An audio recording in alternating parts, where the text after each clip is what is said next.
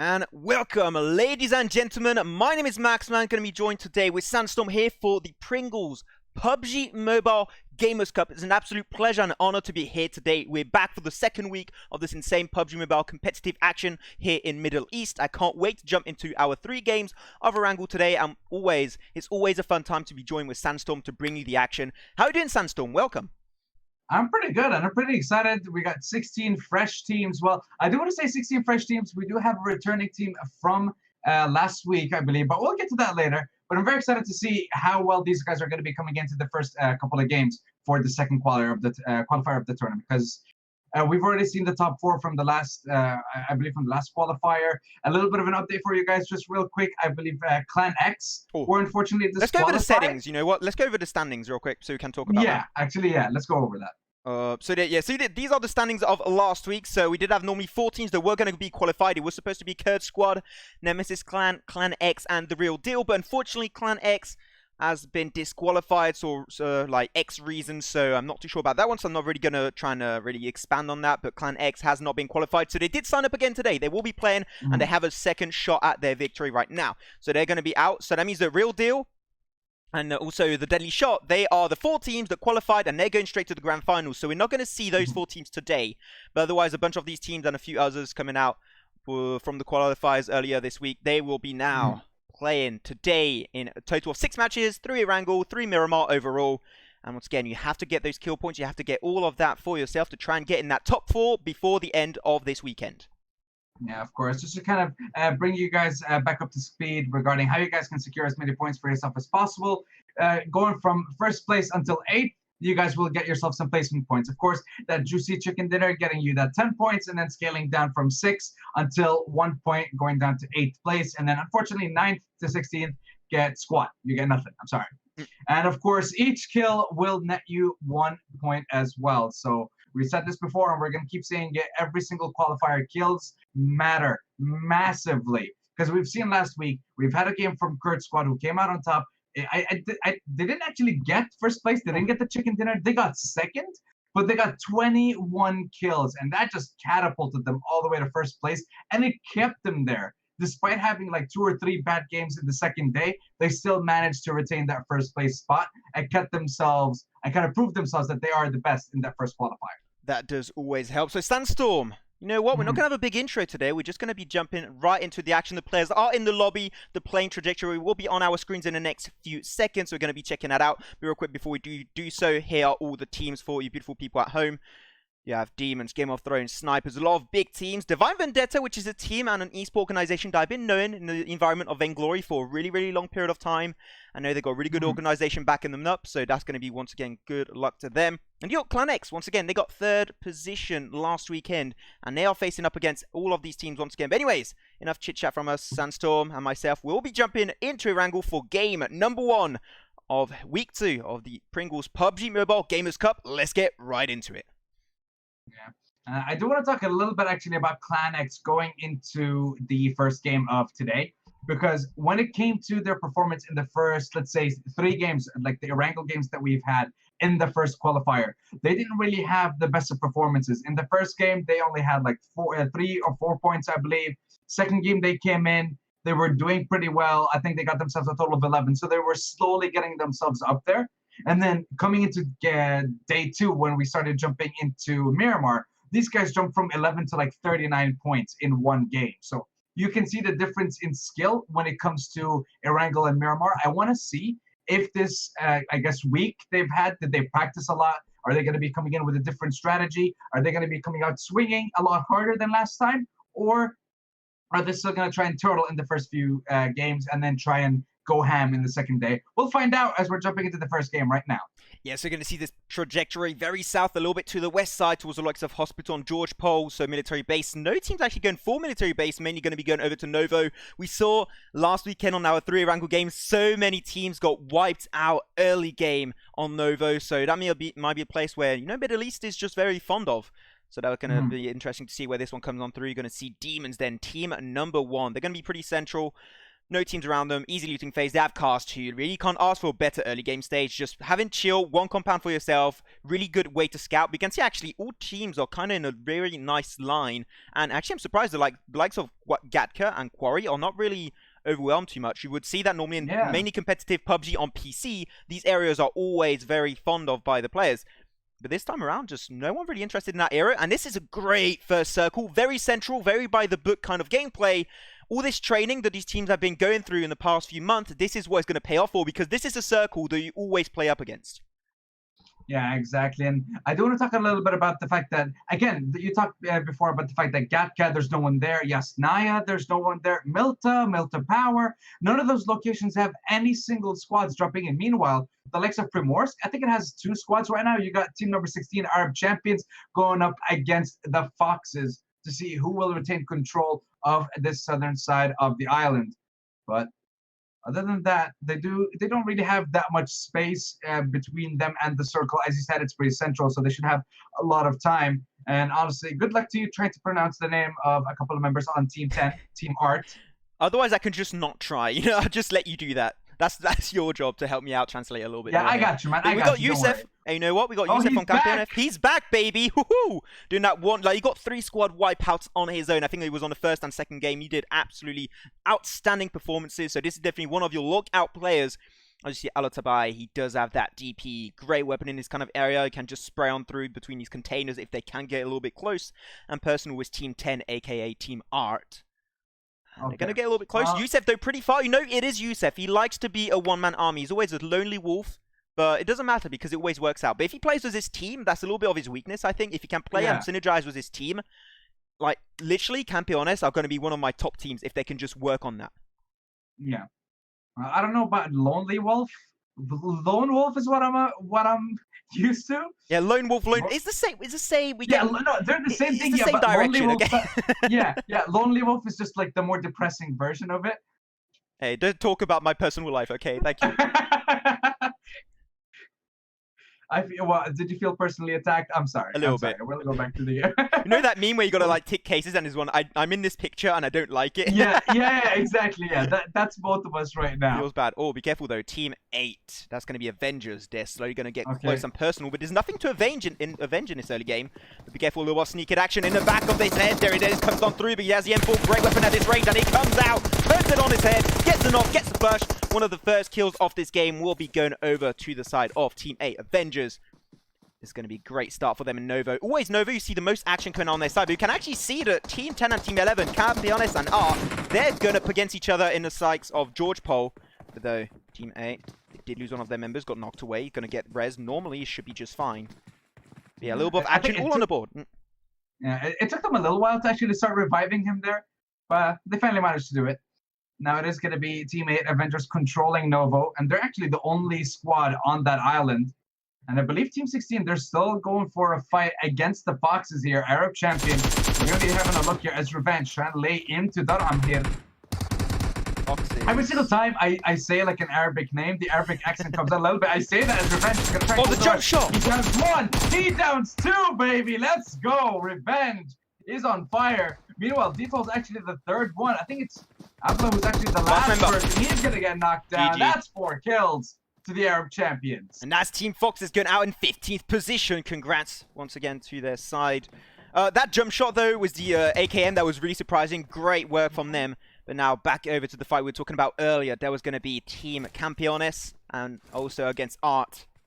Art a little bit separated, a little bit all around the board. This fight hasn't broken out completely quite yet. It seems like also we haven't lost anyone. They're doing a 2-2 split. Pretty regular, pretty normal. That's what you like to see at this stage of the game. Yeah. Actually, do you want a quick Arabic lesson? Go on, tell me. Help me. Okay, so the guy on top. So if you're looking at team number 10 right now, if you're looking at Team Art, yeah, the first guy, his name's Lif Hash. I guess like the pronunciation's a little bit off, but Lif Hash maybe. Lif Hash. Lif Hash. Yeah, that's one. And the second one, I'll get around to once we actually get the name. Is now Al Shamri's locking eyes with AWM. I wouldn't be surprised if he has an AWM. AWM. Yeah. How did you already have an AWM? Hacks, okay? Remove the hacks. But yeah, they're just going to slowly get closer. They're looking for an angle. There's no reason. But I look like Alatabai. I like his position. He's going for a little bit further out. They're doing a 2-2-1 split. A 2-1-1 split, sorry. Trying to get a little bit closer. But here it is. You have a first knock coming on through. Was that DP and instantly turns that one into a flush, into an extra point. Because once again, points, it's 1 kill equal 1 point. That's how it's working out throughout the entire tournament. You can say. Yeah. Points save lives. So points are prizes in the world of PUBG, and that seemed like Campeones, they know what they're dealing with. But now that they lost one member, this is maybe the fight for Art to just go back. I think they had a bunch of cars in their back, and if not, they can actually just get away because they have a bunch of buildings they can hide behind and actually find an escape route that way. But if they want to really go for it, they still got 3 members, and we see a lot of upsets in these kind of tournaments. We saw it last week. We saw some 1v4s going over to Yusef, so this can definitely still work out for them. They've just got to be a little bit more cautious about their positioning. Yeah, I mean, he was kind of not really in the best positions trying to loot his ally, knowing that that's where he got down, that's where he got killed, so you must know that that angle's perfectly covered. And now, looks like he's going to go for a fight in a 1v2 here. El Shamri and Bujandal are both covering that same angle. Meanwhile, we are going to be having a quick switch as we are going towards the school. I haven't been to school in like 6-7 years now, thank God. We're going to be looking at Team Elite who are in the school. Meanwhile, it is going to be M16 who are hovering in the apartments. Yeah, just gonna have a little bit of fight. Really shouldn't be breaking out that stage, but we go back over to George Pole. That's where the most action is at this stage. Grenade gonna be chucked on through. He doesn't have the information, even though this third person, I'm pretty sure that grenade is not gonna be impactful. He doesn't know where he's shooting, really. Dead center. It could have gone a little bit further, but like for really a blind grenade, that's still pretty close. Once again, don't forget the Campeones. They have that one member a little bit split on the side, on the right side of your screen. You can see it on the minimap on the top right. He's going and for that angle is what created the point flank. of pressure earlier. Yeah, that flank was great. But now Youssef, I think that they maybe have forgot about Youssef. Do they know he's there? Because now if a fight breaks out, he can actually just engage really, really quickly and just turn it over. Yeah, you can see Matak, the guy at the front, he's trying to find a little bit of an angle, trying to find information on who's hiding inside the warehouse. Meanwhile, the guy behind them, standing behind the green container, is just trying to peek and fire by because of the information that he's getting from his teammate. But Bujendal is also waiting in that corner, and now the full squad of Campeones are waiting. Meanwhile, AWM just looting away in another warehouse, doesn't really care about this fight. But he should be joining very soon from that angle, because if he actually peeks out of that warehouse, no one's going to be able to see him. Bujendal's looking towards the other two guys from Team Art, and Al-Shamri is not in an angle to cover him just yet. So AWM would be able to get a quick kill onto Bujendal if he gets the opportunity.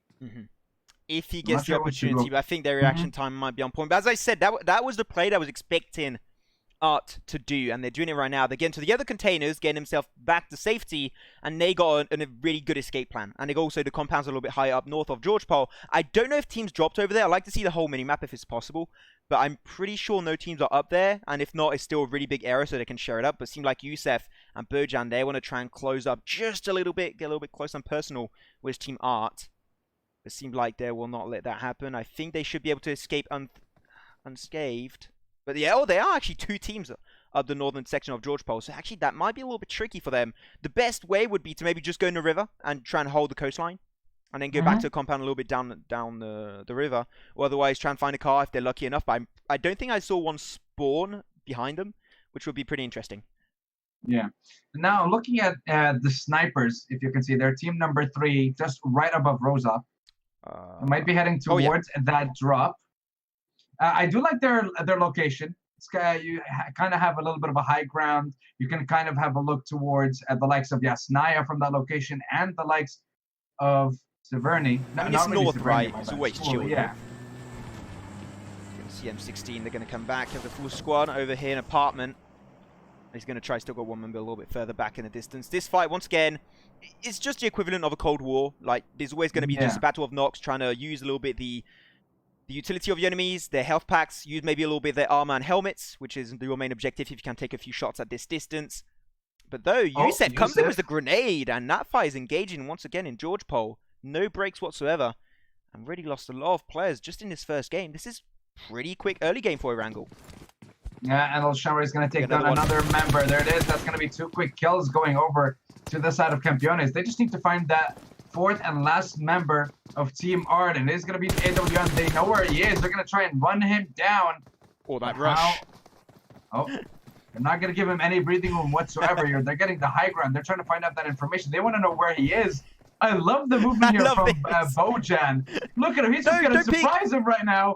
Oh, who's going to win the peak wars? Oh, AWM doesn't land the shots. Quick duck coming in from Bojan. He's going to jump down, and that he gets down actually. Kill him! Flush it out! There you go, he gets a flush. Oh. Nice. That's pretty unfortunate. They lose a member in the process, but they still get themselves 4 kills, traded for 1. Yeah. I'm a little bit sad, because really Campeones, if they really, like, they had that insane synergy by forcing it forward, but I think he got a little bit overconfident there. Forced him was used, he didn't connect all those shots. It was very, very close, but it wasn't quite enough. I think that if they stayed closer together, because you did have that last member of Art, he had to reload. That would have been just enough time for them to actually just help him out and avoid having the flush, avoided like hit on their ally. They could have got the res, still remained as a 4-man squad. A little bit unfortunate, but still great early game gameplay from Campeones. Once again, it's just the first game. Might take a little bit of training. They're just heating up. They're slowly getting to the heat of the action. As the next circle phase is going to be also pretty central, a little bit down southwest. You're still going to have pretty big areas. You're going to have Pachinki in there. You're going to have Rins. You're going to have School. You're going to have Roshok. So still a lot of potential big placeholders for these teams in this second phase. I'm having a look at Team Demons as well. They're very scattered. You can see Ninja Morocco just all the way down south towards the farm. Meanwhile, you have another one of the members towards just south of Mansion as well. They're really scattered, but I guess with the amount of ground that they're covering, they're getting a lot of information as to like where the rest of the teams are, just by the process of elimination and seeing where the circle is going to be. They're getting quite a lot of info, but will they be able to transform that information into more kills and better placement for themselves, or is it all just gone for nothing? Might be just for nothing, but also like the thing is, by putting himself all on the eastern coast, they're basically serving as a net. All these teams, if they try and make it through, the thing is, we saw it is going to be a little bit unfortunate, but it's not going to have a huge impact in this game because no teams were on the eastern side. As a few shots coming on through from Avengers. They picked their fight early with Foxes, took them out, but here it is. They're going to get breached by Team RAB champions. They're coming on through one by one, getting that car. Nah, they're getting in the building. They're just going to completely obliterate this poor soul of Team Avengers. Going to lose a few of their members on their side. One got flushed, one got knocked, 2 members remaining on their side. Now, IRB champions, they're not looking great either, but it's going to be turned now into a 2v2. They're not going to go for the knock. They don't really have the chance to go for. Now they're slowly going to try and take back the building of their own. Takes a few shots, doesn't hit the bullets. And now it's going to be turned into 1v2 for Avengers. He gets 1 kill for himself with that shotgun. Can he find the last one? He is solo. He's going to go for the grenade play. It wasn't cooked up. Cooked play here would have been absolutely flawless. That forced him to jump out. He could have had the surprise factor a little bit. But it is shotgun, and it comes on through. And that's going to be Avengers getting 2 team squad wipeouts in a row. Great early game stage from them. Insane play. It was a little bit... I guess it was a little bit greedy for them to actually just go straight up for the kills rather than secure the one that was actually down. But, I mean, this guy running in, shotguns blazing, takes one down. I love that. I love that, though. He went in, he got the kill. While he was reloading, he just instantly jumped out and he reset the play. He threw the grenade, forced the other player out, and then just waited at the right place, the right time. He had the angle, and beautiful kills being picked up there. And that, as you said it, 2 clean squads for themselves, 8 kills. But now they're only a one-man squad. It's all on him. Now you just got to get to that top 8, and you get yourself some amazing points in only the first game as well. Yeah, they got 2 squad wipeouts. That's already a really good start. They're going to be in the top teams, I believe, just on this first game. Maybe not top 4 equivalent, but they're at least going to be in that top 8, just because they had 2 squad wipeouts in this early stage. So great stuff on them, taking out ARB champions and also Foxes earlier in Primorsk. Gonna have their now it's kind of just 3 like snipers. They're going to be Ooh. Yeah, it's like leave the rest of the teams be and try and just let them kill each other and you survive. But though the fight of Pachinki on the outskirts here, on the northern portion, will be coming out. Boyka going to try and go for the flank. Once again, this is Clan X. They got 3rd position last weekend, and they're going to try and repeat that amount of success this time. Maybe get the 1st position this time. That's going to be great for them. But M16 going to try and breach this one for themselves. Yeah, that's the problem. Gonna try and rush Barak. Actually getting a lot of information. Beautiful team, but he gets shot down. Problem is gonna be able to pick that one up, and now you can see Captain's gonna be coming in. Will he come out on top? Will he take down the problem? Will he solve it? Looks like Danger's gonna be coming in hot as well, but no kills just yet. Beautiful coming in from Captain, and he gets down. Oh no! And Boyaka will be able to finish him off, and that is gonna be Clan X coming out on top in that trade, and I think they got themselves a total of 4 kills for that squad as well. Yeah, they took out the remaining members of M16. They only have 2 members at the end there, and they will be out of the picture. What's happening? What? I don't know what this is. Okay. I mean, sure. It trains your aim, I guess. That's fine. Just having a little bit of a fun time. I mean, look. If you're a little stressed, just pick up a pan, smack your friend in the head. It always helps. This is just in PUBG, okay? Don't do this in real life. Just recommending. Yeah, okay. I mean, you look, you can do it in real life, but I think if you do it hard enough, you might have to run. Rip. The circle is about to close on through. Just a few seconds remaining. Where is it going to focus? I would love to have our first Pachinki finished here on the Pringles PUBG Mobile Gamers Cup. I would love to have this come on through. All the PUBG games I casted. No, all the PUBG games I casted, all the Pachinki finishes I had have been absolutely mental. So I would love to have one this time around. As we did unfortunately lose Valcount earlier. Lest we all remember Valcount, an absolute insane long-range player. Just hitting shot after shot on week 1. And week 2, once again, going to try and repeat that success. Let's see how it works out for them. Those snipers, they're rotated away from their chill compound. And they're going to try and find a better position in the next phase of phase 3. That is now almost closed up. Yeah, let's see. 11 teams left. 37 people on the map so far.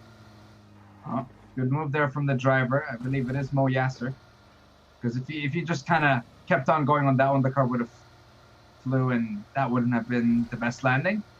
And again, this is one thing that not a lot of teams actually do. Obviously, in the pro scene, they do. But when it comes to tournaments like this, you see a lot of people driving around all in the one car, exposed. It's either a Dacia or a UAZ with like no cover whatsoever. And they're all just kind of cuddled together in that one car. It's not really the best.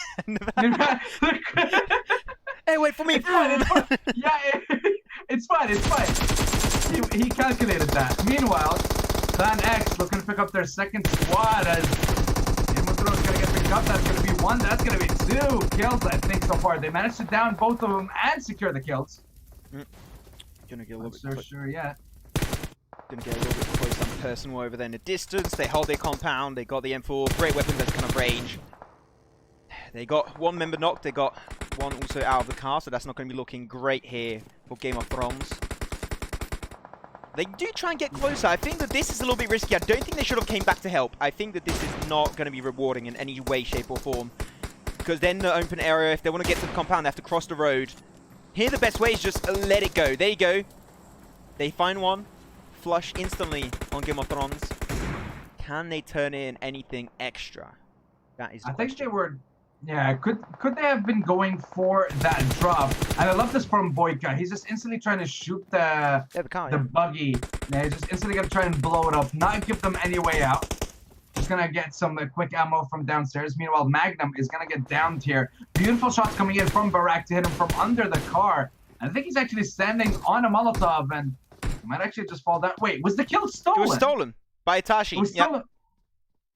Very well played. We've had a team that I think it was actually Clan X that did that in one of their games before, where they were in the perfect position and they were just constantly picking kills out and stealing kills away, and they managed to get themselves into the top 4 spot last week. But I'm gonna say something gonna repeat this time about Akatsuki. I'm disappointed they only got Itachi and Naruto. They don't have 2 other Naruto names, and I am disappointed. Like, you can't call yourself... I'm disappointed in you. You can't call yourself Akatsuki like that. You're not allowed to. It's written down. This is one of the unofficial rules of having team names like that. Like, are there rules to like being a weeb? Is that how this works? Exactly. Yeah. Like, the other name for this tournament is the Weeb the Weeb PUBG Mobile Gamers Cup. That's what it is. I mean, look, I'm not saying I don't watch anime. I do love anime, but you know, it's certain ones. It's not all my favorite. But anyways. You know what is my flavor? Salt and vinegar Pringles. That is amazing. Spicy. Well, it's not really, spicy. No, it's salt and vinegar, it's not spicy. Oh my god. Gonna see then the last member we talked about earlier for Team 8. Avengers. They're gonna have a little bit of a hard time. Here it is. The circle did close up.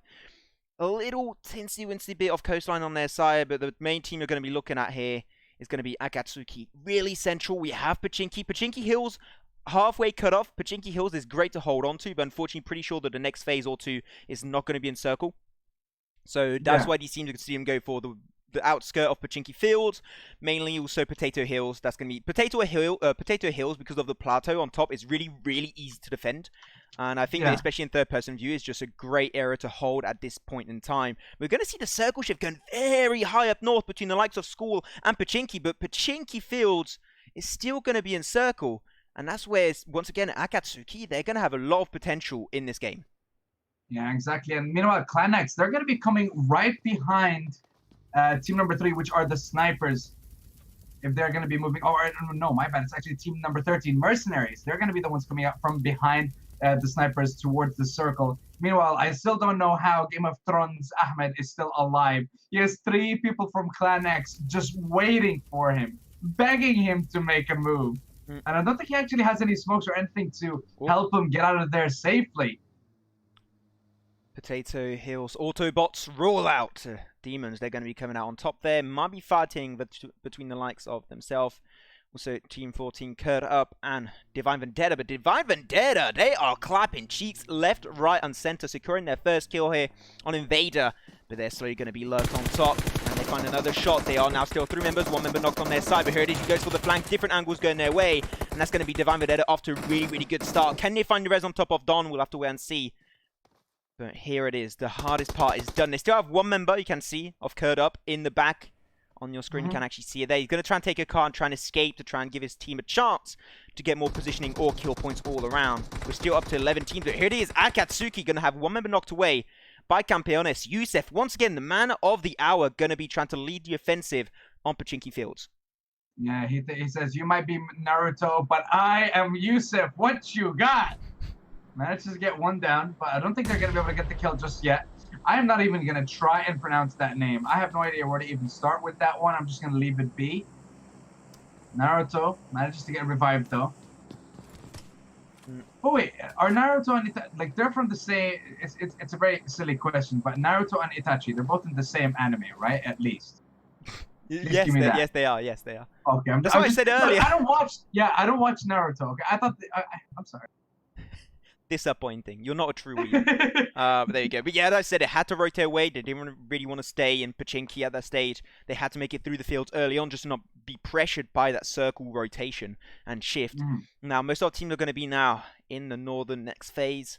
We're going to try and find some compounds. Yeah, let's just zoom in a little bit more. Oh, thank you, Mr. Producer Man. I love it. But yeah, see, like, Pachinki Fields is going to be a big area to work with. And I think that here the teams with a better positioning is going to be, of course, Campeones and, as I said earlier, Akatsuki. Because I don't think they're really going to have to shift. And if they do have to shift, they go also a lip of a hill to work with. So I think they got a really good place to use up in this stage. And they're going to still be pretty passive as just a few seconds before the circle does close up. Have to keep that in mind. Still, Demons also, Pachinki Fields. They're going to be towards the likes of Potato Hills for themselves. Yeah, so I think Akatsuki team are going to try and make a move here.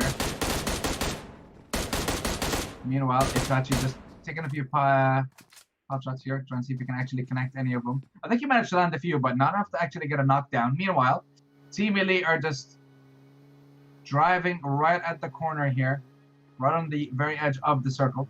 Yeah. You know, and I think mercenaries are going to spot them out. They're going to hear the noise. Meanwhile, the convoy of demons is going to be strolling through. This is great. I love this. This is great proactivity on their side. They saw the circle shift very high up north, which is a little bit unlucky. That's been like 3 northern rotations in a row. Not great for them. And can see that's also really great. I love these rotations. Oh my god. Campeones, they saw they were in a pinch. They were between 2 teams. They were between Akatsuki and also Demons that got 2 compounds on their side. That was going to make their rotation so much more harder. And they're just like, okay, we're going to give this one up. We're going to go for the hills instead because they knew they couldn't rotate out of that pinch. Because once again, they are in Pachinki Fields. So playing really the safe game, I absolutely adore what these 2 teams' rotations just done. Like, that was top notch. Now we're having a quick look as we switch over towards mercenaries and the 2 other members of Team Elite. You got the Viper and Suhaib just waiting. And you got the rest of the mercenary squads hiding across the road. Safa is just kind of like the scout, I guess, right now, trying to find out information. And I think the Viper might have been spotted on that roof.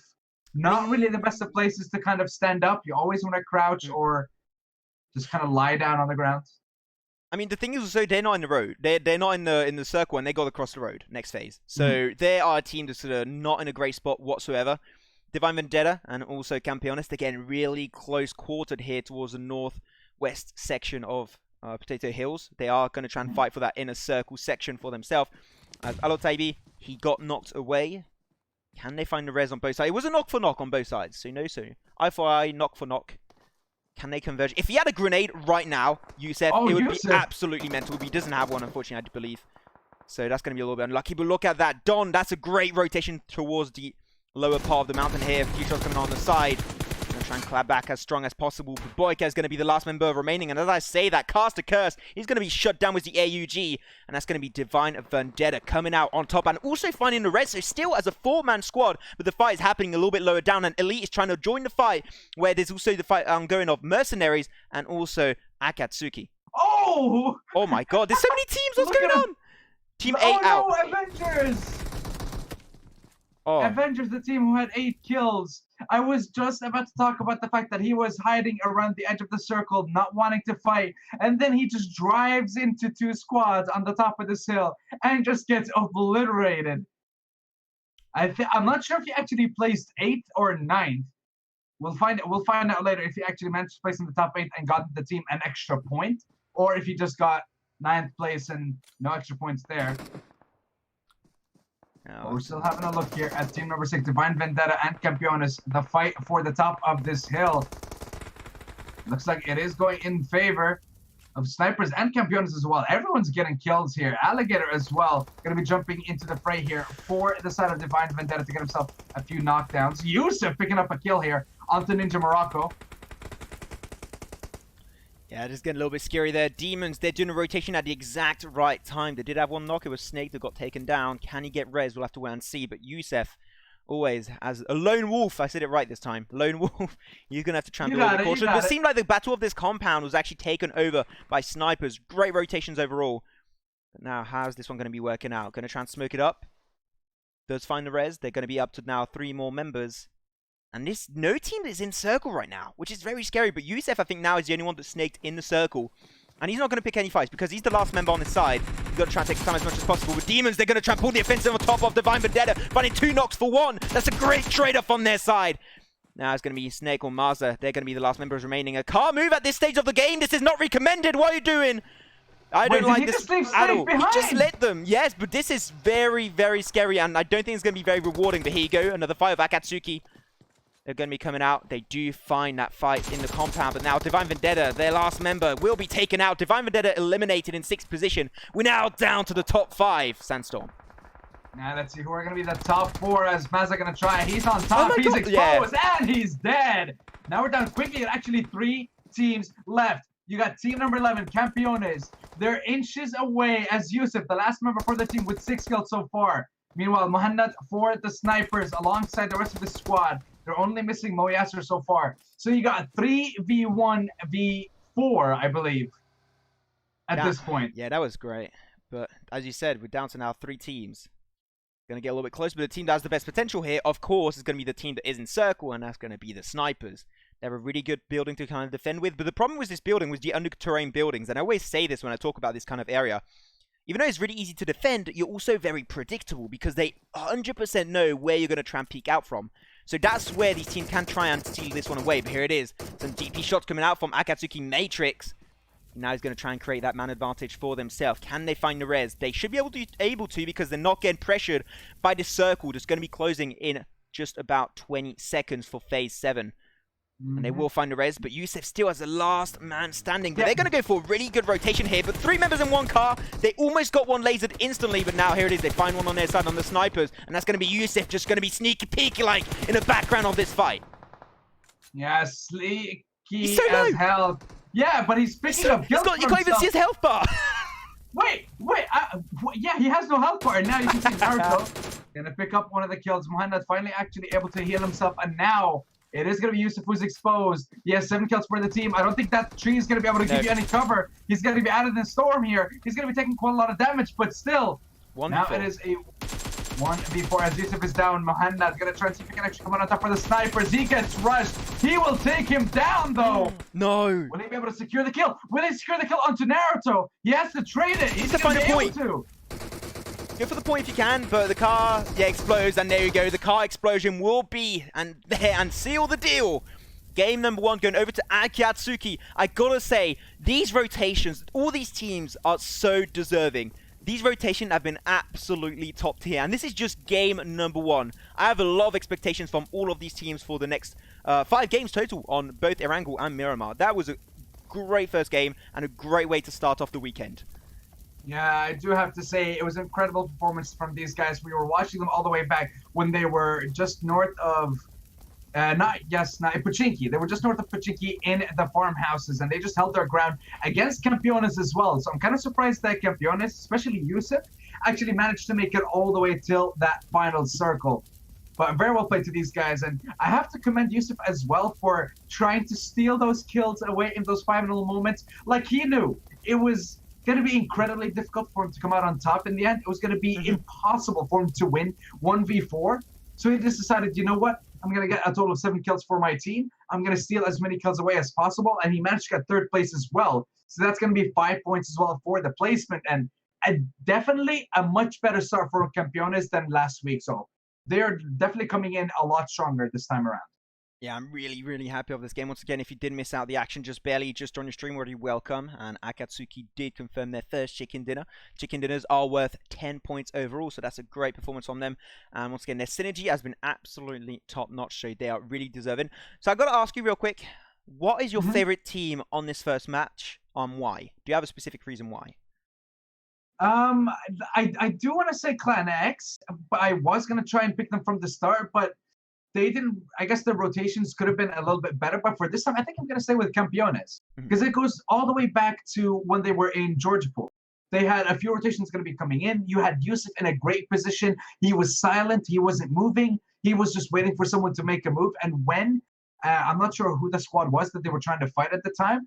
As soon as he knew that they moved away, he got in the watchtower, got more information for the team, and then just started making waves for that team. And then you saw again, he's the guy with the most skills. You just know that he's going to be the leader of Campeones. And I think he can definitely lead them to a chicken dinner, not just today, but also tomorrow. Okay. Well, they're already starting off as a third position, you know? That's really great for them. If I had to choose one, I'll probably have to go with Demons. Just those rotations, absolutely big pog from them. Really good plays. I think can improve maybe a little on that synergy in those fights. But still, those rotations, that's what's going to allow you to get those chicken dinners. So real quick, also, I'm seeing the chat on the stream. After this game, we're going to go on a very short break very, very quickly. But before we do so, I do want to show the standings because some people are saying, "Oh, Kurd Squad, where's Kurd Squad?" A few people are saying in the chat during the game every once in a while. So here we go. These are the standings for last weekend. So the 4 teams that did qualify, you did have then Kurd Squad. They did qualify last weekend. They're going straight to the grand finals. So we'll be seeing them in the next 2 weeks, I believe, is going to be. So Kurd Squad, they make it up. Once again, great performance, very consistent, 73 points overall. Very followed up very closely by Nemesis Clan with 70 points. Clan X, they got disqualified last weekend, so they are playing again today, and you said they're one of your maybe top teams also, but Clan X, great performance on them today. Then The Real Deal and Deadly Shot, they're the other 2 teams that got qualified. So basically, Group 1, the teams that qualified is Kurd Squad, Nemesis Clan, Real Deal, and Deadly Shot. Clan X playing again today. But yeah, basically what I'm trying to get to is Kurd Squad, they're already in the grand finals. Yeah. Now, I do want to mention one thing as well. I think we both kind of forgot this team, Avengers. The guys who came out and eliminated 2 squads in the span of 5 minutes in this game. These guys, they knew that kills meant a lot of points, and I guess that's what they decided to do this time around. They may not have gotten top 8, I'm not so sure, but they definitely got themselves into that top 4 spot. Because you can see, even though teams ended up in 7th and 8th place with like 2 kills, that's still a total of like 4 or 5. These guys ended up with 8 kills on their own. So that's already going to boost them into that top 4 spot. Not so sure, but we'll have a look at the standings, of course, once they get updated before we jump into the next game. One thing to keep in mind is, as I always say, and with all the casters, that's what I always say, the name of the game is consistency. They had a good first game, but can they compare to those results on game 2, game 3, 4, 5, 6 on the long-term hill on this weekend? That's the most important thing, is to be consistent. Just like Kurd Squad last weekend. So that's where these teams are going to work on through. But still, congratulations once again. First chicken dinner going over to Akatsuki. This was game 1 of the Pringles PUBG Mobile Gamers Cup. We'll be back after a very, very short break in just a few short minutes. Don't move off that browser.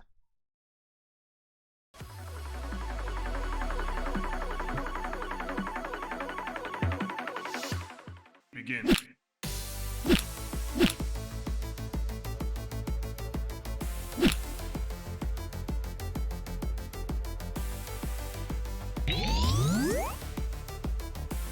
KO.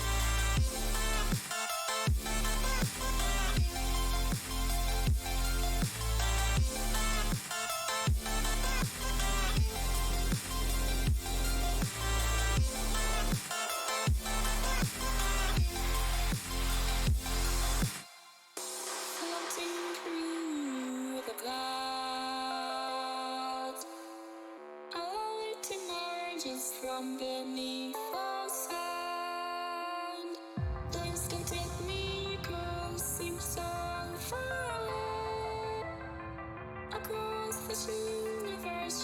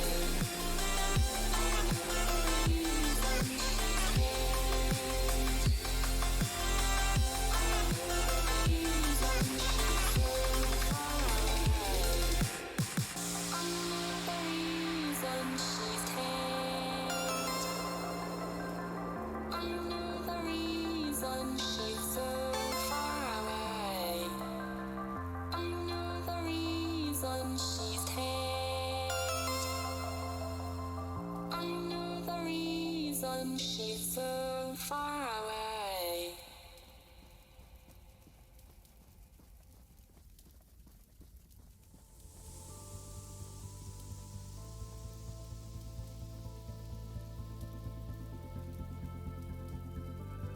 Don't look back, we're here to stay.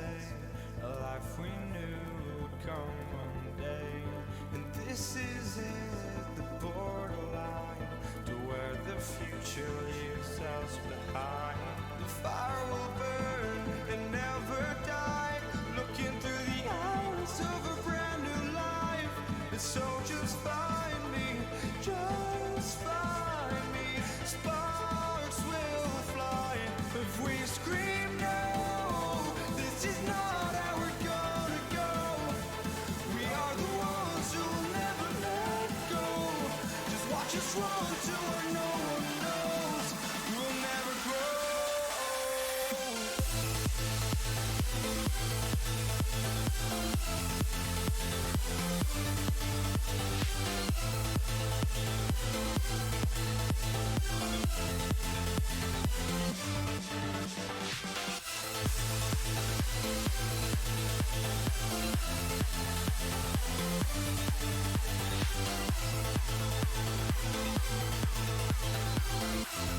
We'll never grow.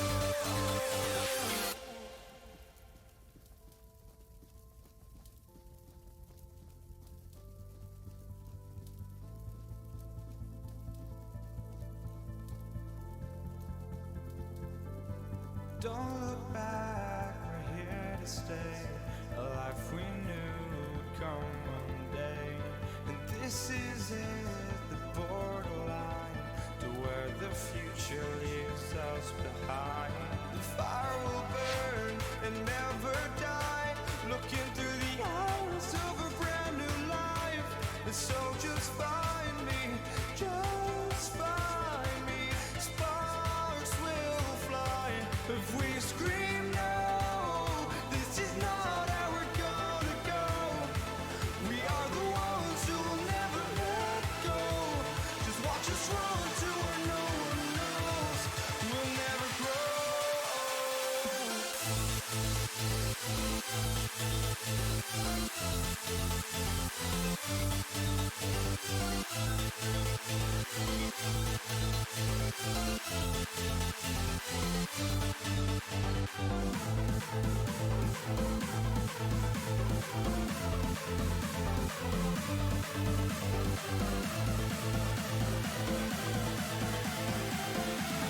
We'll never grow.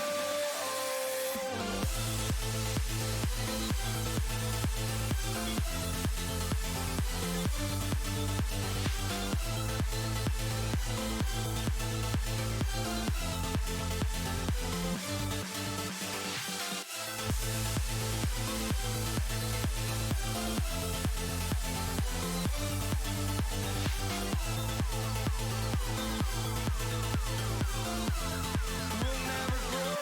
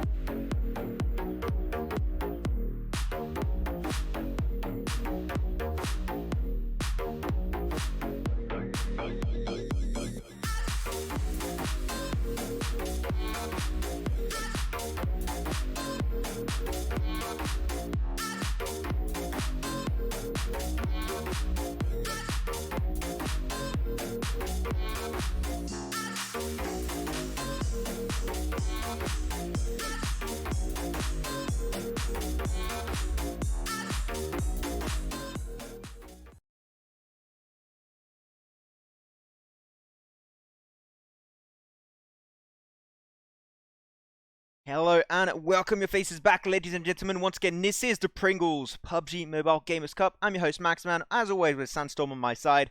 Insane first game. Chicken dinner number 1 was taken over today by the side of Akatsuki. Can they do the back-to-back chicken dinner? We'll have to wait and see. But game 2 is promising a lot of insane action for all of you guys at home. Yeah, and one thing that we want to try and find out from these teams comparing to last week's teams is most of the teams that we've seen in last week's games, specifically on Erangel, they've always dropped in the same exact spot. We've had the same 2 or 3 teams drop in Yasnaya, Kurd Squad. You got to mention them. They always dropped in military, and so far this is the 7th game that we've had in this tournament, and we are yet to see another squad drop into military base. I've seen Kurd Squad drop in previous tournaments. Again, it was always military base. No one challenged them. No one contested them. And Kurd everyone Squad seems scared. Yeah, like I know it's Kurd, but look, you only have Kurd up in this game. We haven't seen anything special, I'll be honest, from Kurd up this time around. Nothing that I can remember to mention.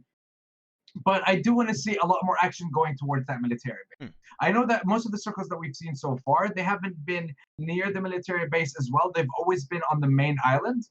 But I still do want to see some more attention being given to that military base. So, and as you know, you can't forget Novo as well. Novo does have a lot of loot. We've seen a few teams actually drop there. 2 teams we've had in the last game. In the last few games, the ones that we had in the last week as well, a few teams managed to drop in that location as well. But military base, highly uncontested, which is quite surprising, considering it's one of the locations that has the top tier loot that you would want to find and you would want to have in the early stages of the game. Oh, definitely. If you want some top tier loot and just be relaxed and chill in your early game stage, that's definitely one kind of area you want to go for. Before we do jump into the game, because it is loading up right now, we're going to go quickly over the current standings after game 1. Which teams are in the lead?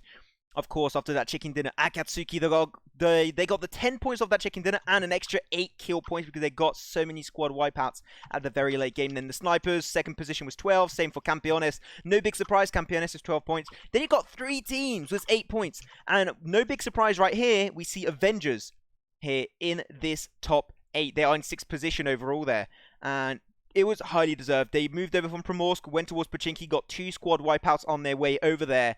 And that was a total of 8 points. That means that the only points that they got this game were in the early to mid game stage. If they can work out a little bit stronger on their late game, I'm sure that's a team once again that has a lot of insane potential. And then the last 4 teams, unfortunately, with 0 points. Foxes, Art, that unfortunately got taken out in the likes of George Pole versus Campeones. Then 7 Skim Trays, they're going to be there also. And then last position is for Kurd Up. And let's hope the side of Kurd can try and come back on top a little bit higher in the current standings. But there we have it. If that plane route isn't begging people to go to the military base, I don't know what else is. You have to go at this point. I mean, look, if you were playing just a normal, let's say, solo queue kind of game, you're playing on your own or you're playing with friends, more than 50% of that plane would be in the military base. And then you'd have the few people who are scared of all the action at the start. And you know what? Just because the plane's there, they're going to go all the way to Zarki to avoid absolutely everyone. I wouldn't be surprised to see a few people still go to the likes of Pochinki, Yasnaya, Milta Power for one. Novo has to see some action, and Primorsk will definitely see a few. I don't think we should be seeing people higher than the line of Georgia Pool, Rozak, and Yasnaya. We should be seeing people, for example... Nothing in the high north, yeah. Yeah, nothing in the high north side of the map. And you can see already, most of the people have already dropped. Most of the teams are already out of the plane.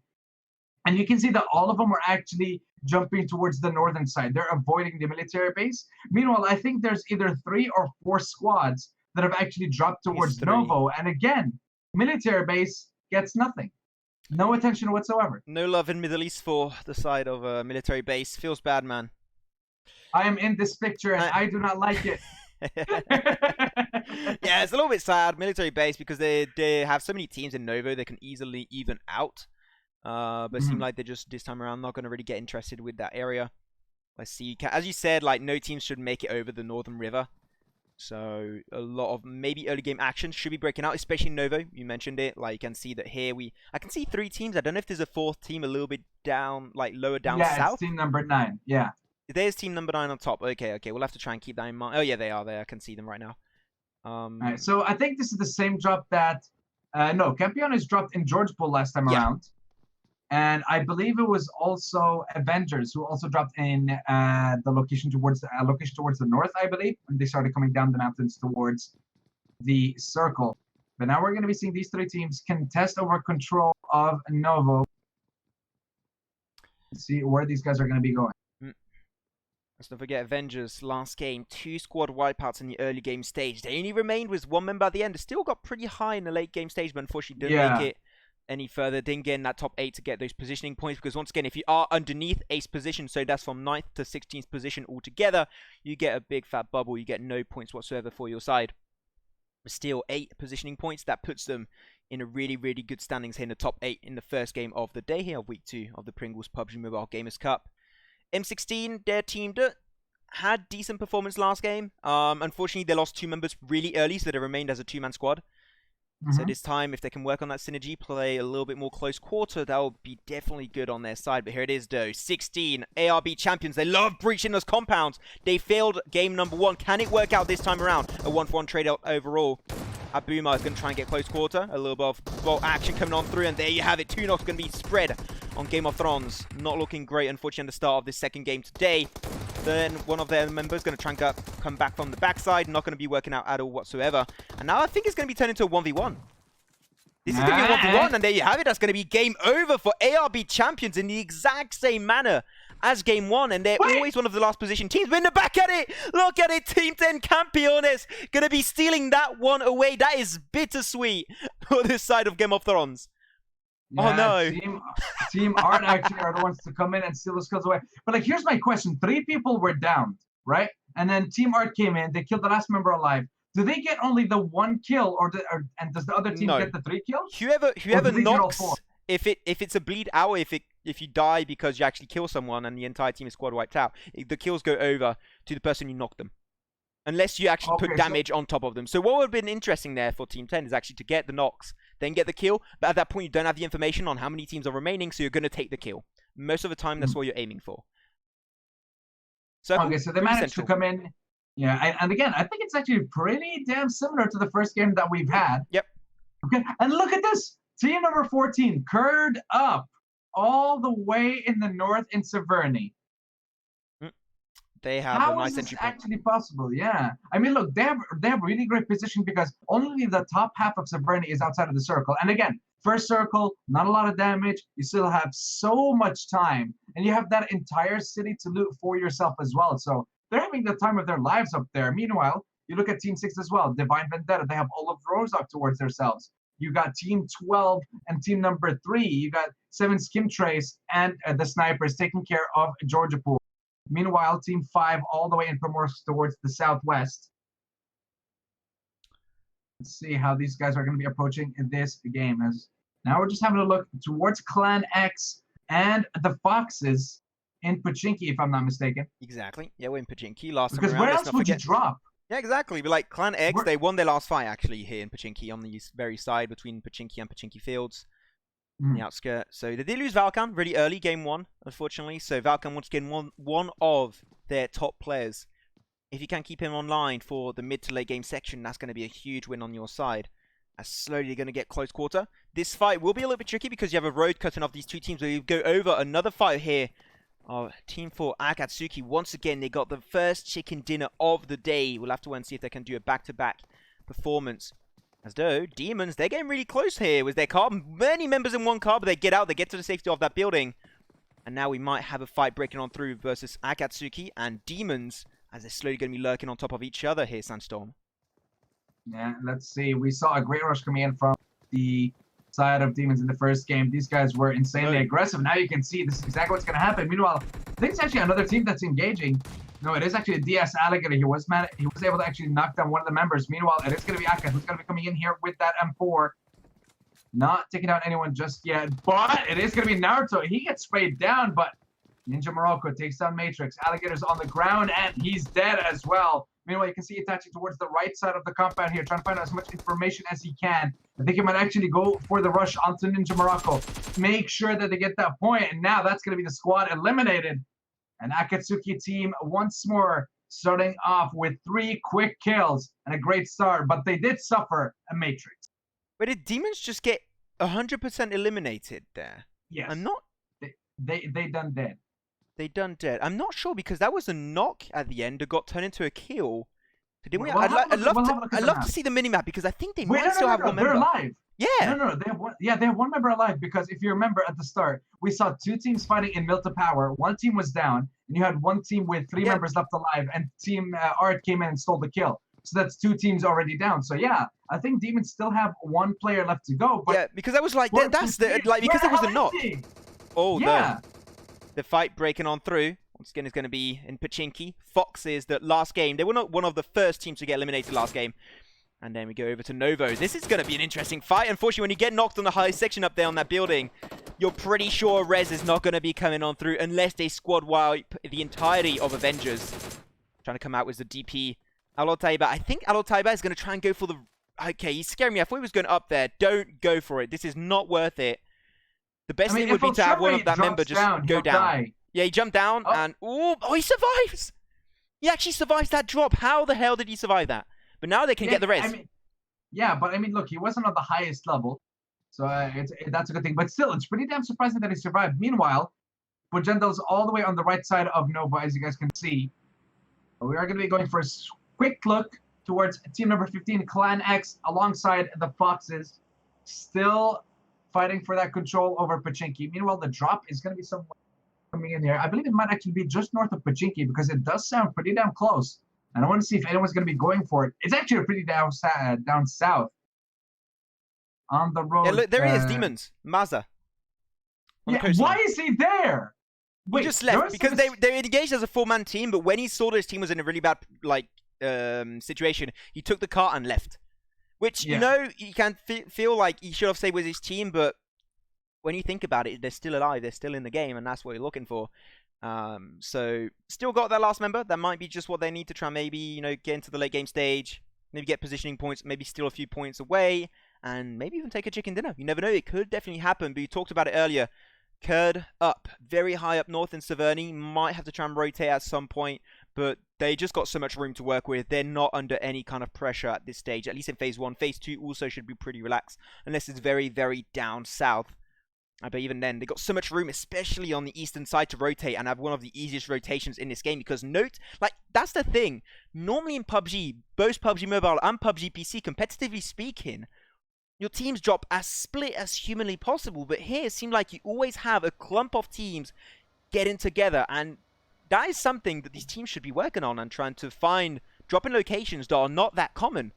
And that's why, like we talked about it earlier, like military base. Like, if you know game 1, there was nobody in military base, go for it. There's so much loot, and you can get easily everyone up to tier 3 or very close to tier 3. Yeah. And I think that they should just be a little bit more proactive on their drops and try and put a little bit more research in that. Yeah, I definitely agree with you there because at this point, it's not really higher risk, higher reward. It's very low risk and very high reward.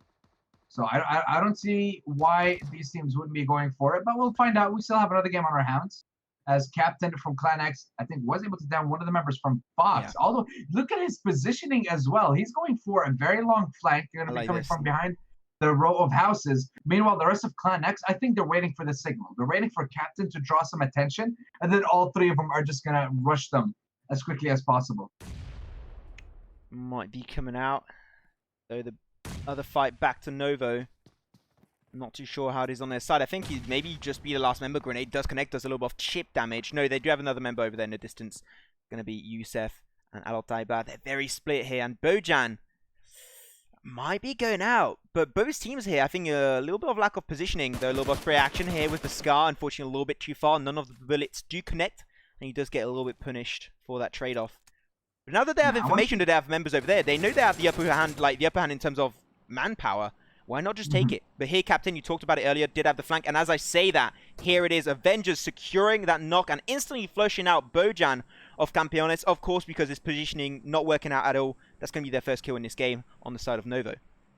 Yeah, and that's going to give them a distinct advantage in controlling Novo, even though the circle is already kind of covering it at this point. So now you kind of just have to cut loose and run away. Beautiful grenade coming in from Captain to take down Escobar here. Let's see how. Wait. Another one. Escobar, wasn't he one of the players that we've seen in the last week as well? Did Yeah, we but see he the didn't make Foxes it. put under a different Oh, team? gets confirmed by DP with the headshot there by Valkan. There you go. That's why you want him on your team. But yeah, we did already see Escobar. Unless there's another player that's called Escobar also, and it's just written differently. But we did see Escobar in the week 1 qualifiers. Yeah, and I think one of the other players, the first one, the Daram, that's how I think it would be pronounced. I'm kind of surprised that I remember his name for sure. So I think these guys did compete in the first qualifier, but maybe came back with a different team name and different team members. We can You know, if you research don't into that a little bit qualify, later. you can requalify the next week. So Yeah, that's of no course, but like I'm trying to remember the other names as well. problem. As you research, once again, we are in the fight of Pachinki. They did not find the res, unfortunately. There was a great grenade and flushes the DP on both Captain and Valkan working together. Great synergy, great information. One thing that can be really interesting in this fight is to know, do they know where Durgam is positioned here? If they don't know, he can pull the biggest 180 ever. And also Valkan, from this roof, what he can do is actually jump on the side of the building, get on from the high section, and actually reverse engage him. Which would be a great move, and if Valkan wants to go for that, I definitely would recommend him to do so. But it seems like they don't have the information on his positioning because they're not looking in his direction whatsoever. And that can get a little bit tricky if they try and pull it over. But here it is, a few shots coming up on Valkan. I'm pretty sure that was one headshot, putting him down to now just 15, 20 HP remaining. He's going to try and res back up. I think there's a grenade that came out. Or was that smoke? Yeah, it's a smoke. Durgam going to try and smoke up a little bit. Same Captain does block away his line of sight. But this can still, once again, get really tricky for Foxes. And I'm not too sure how they can make it out here live. I mean, look, they're still in the middle of the circuit. They can try and buy as much time, but the fact remains that they're in one of the houses that actually has the most open areas, because you can see one of them is kind of like a balcony, 2 doors wide open, nothing to kind of cover yourselves. And wherever you try and move, you're obviously going to be exposed because there's a lot of windows in that building specifically. Mm-hmm.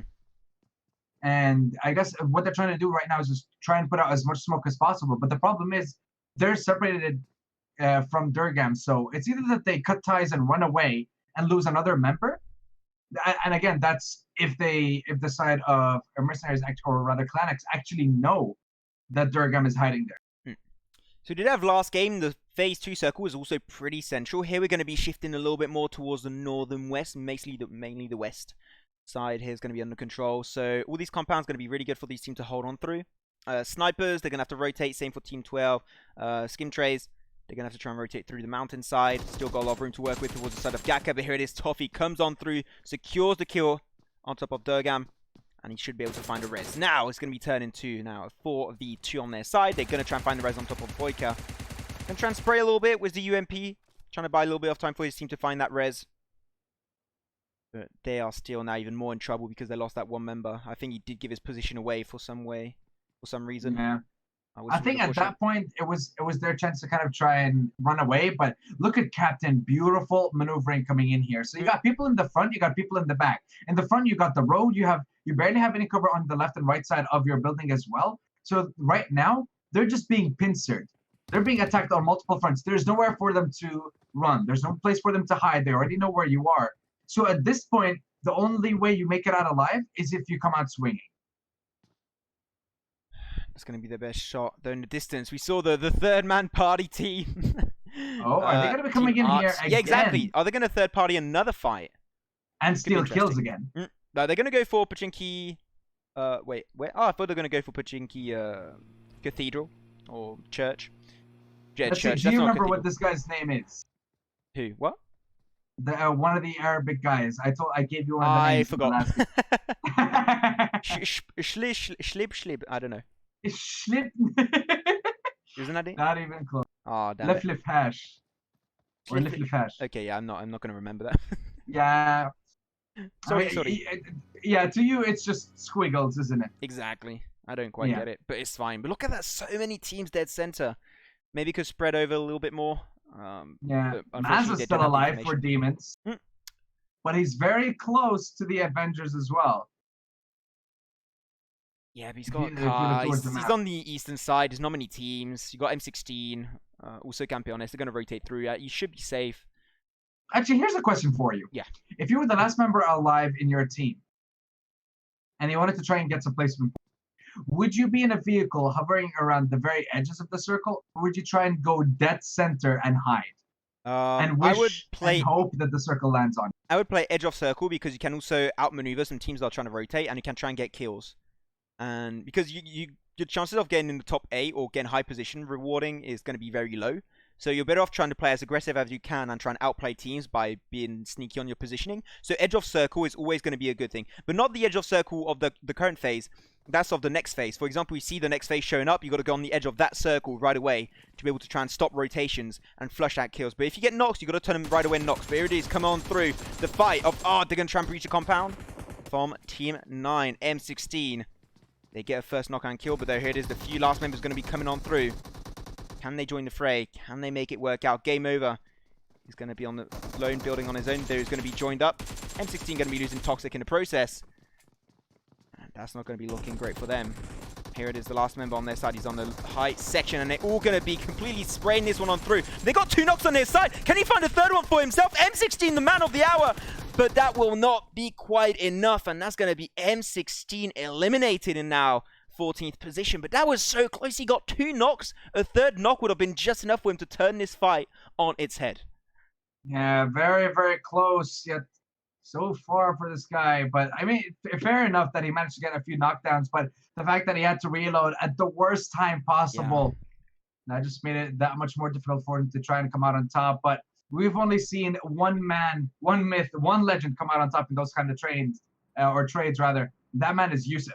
We've seen him being engaged by 2 or 3 squads at the same time, in the same house, in the same room, and he still managed to find a way to kill them all. And now you can see actually team number 10 again. It is Art who claimed themselves yet another kill. I'm not sure exactly where. You know what? Clan X is going to take down Durham, and I think that's going to be the last member of that side. And we're going to be another squad down. Another squad down indeed, checking out the minimap. Oh, this is very, very far down south, but we still have Pachinki in circle, which is going to be fun. Unfortunately, Clan X had one member knocked, Captain, but he's going to get res back up. That's just going to be fine and dandy. Kurt up. They did their very northern rotation. As I said, it could get a little bit tricky if they had to rotate really far down south. Because it's only in phase 2 that they had to rotate now after this is phase 3, but phase 2, that's where they pulled off their rotation. They got now a nice and easier entry point in circle. They are in Pachinki Church to be completely exact. If they can pick out a fight with Clan X, that could be huge for them. Clan X are going to be probably one of the favorites, also one of the highest contenders for this top 4 today.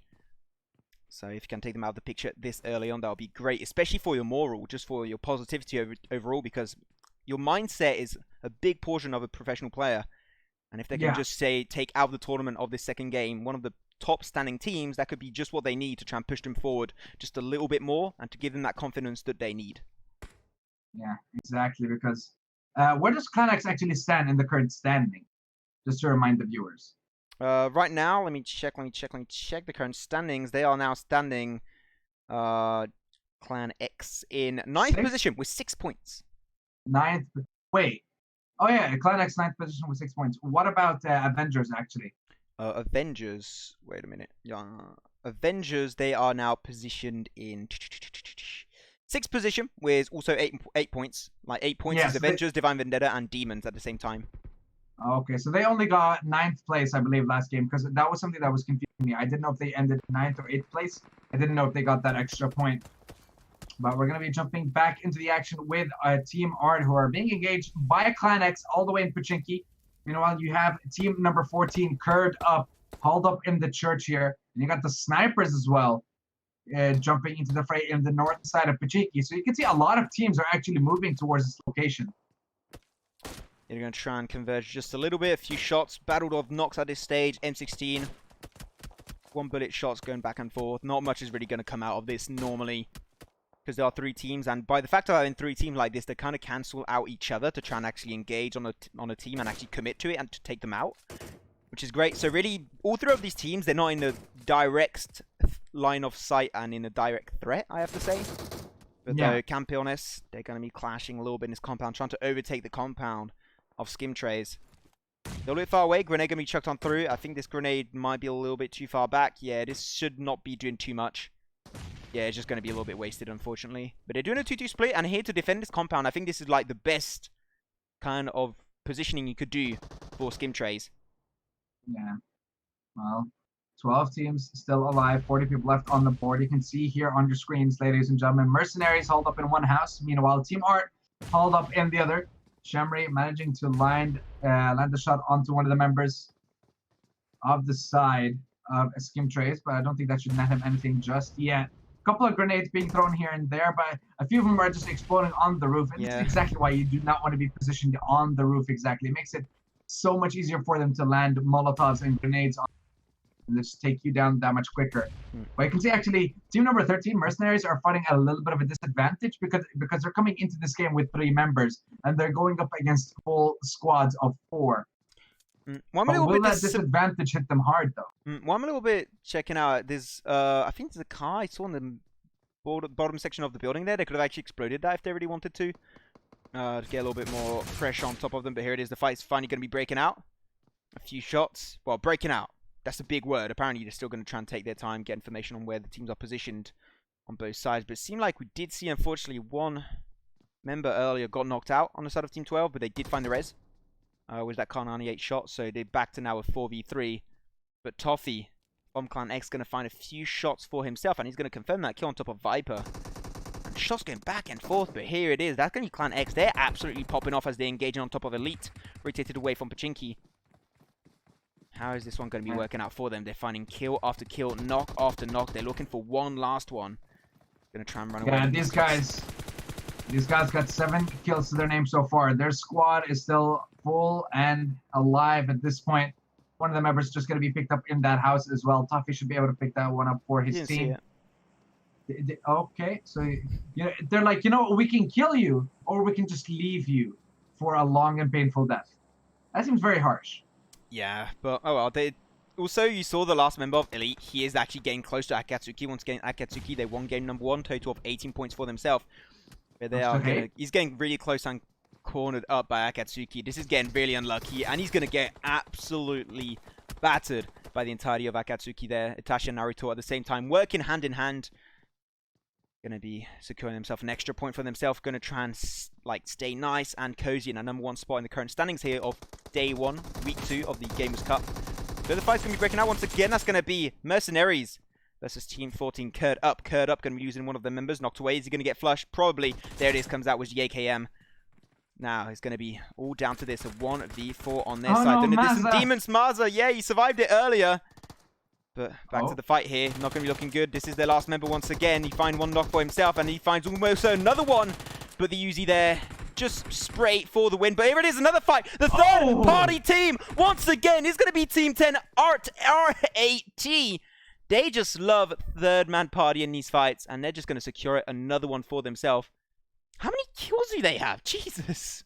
Yeah, we'll have a look in just a few moments, because we are going to be switching over towards the snipers. We saw them before. They were on the north side of Patinki, but now they are fighting the Avengers just on the eastern side, the eastern edge of that circle. Meanwhile, I believe... Skim Trace got eliminated in 8th position.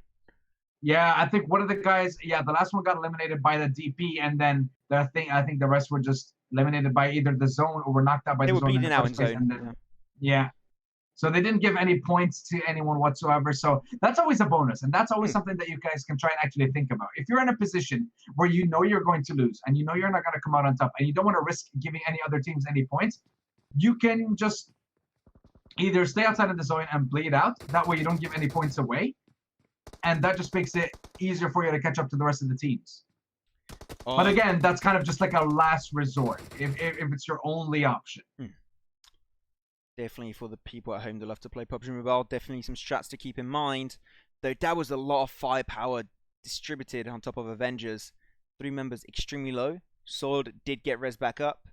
Rezen is himself a little bit back up to 75% HP. Same for the snipers. They've lost 1 member earlier. They got in res back up. They're going to try and go maybe for a car move here, which I think would be good.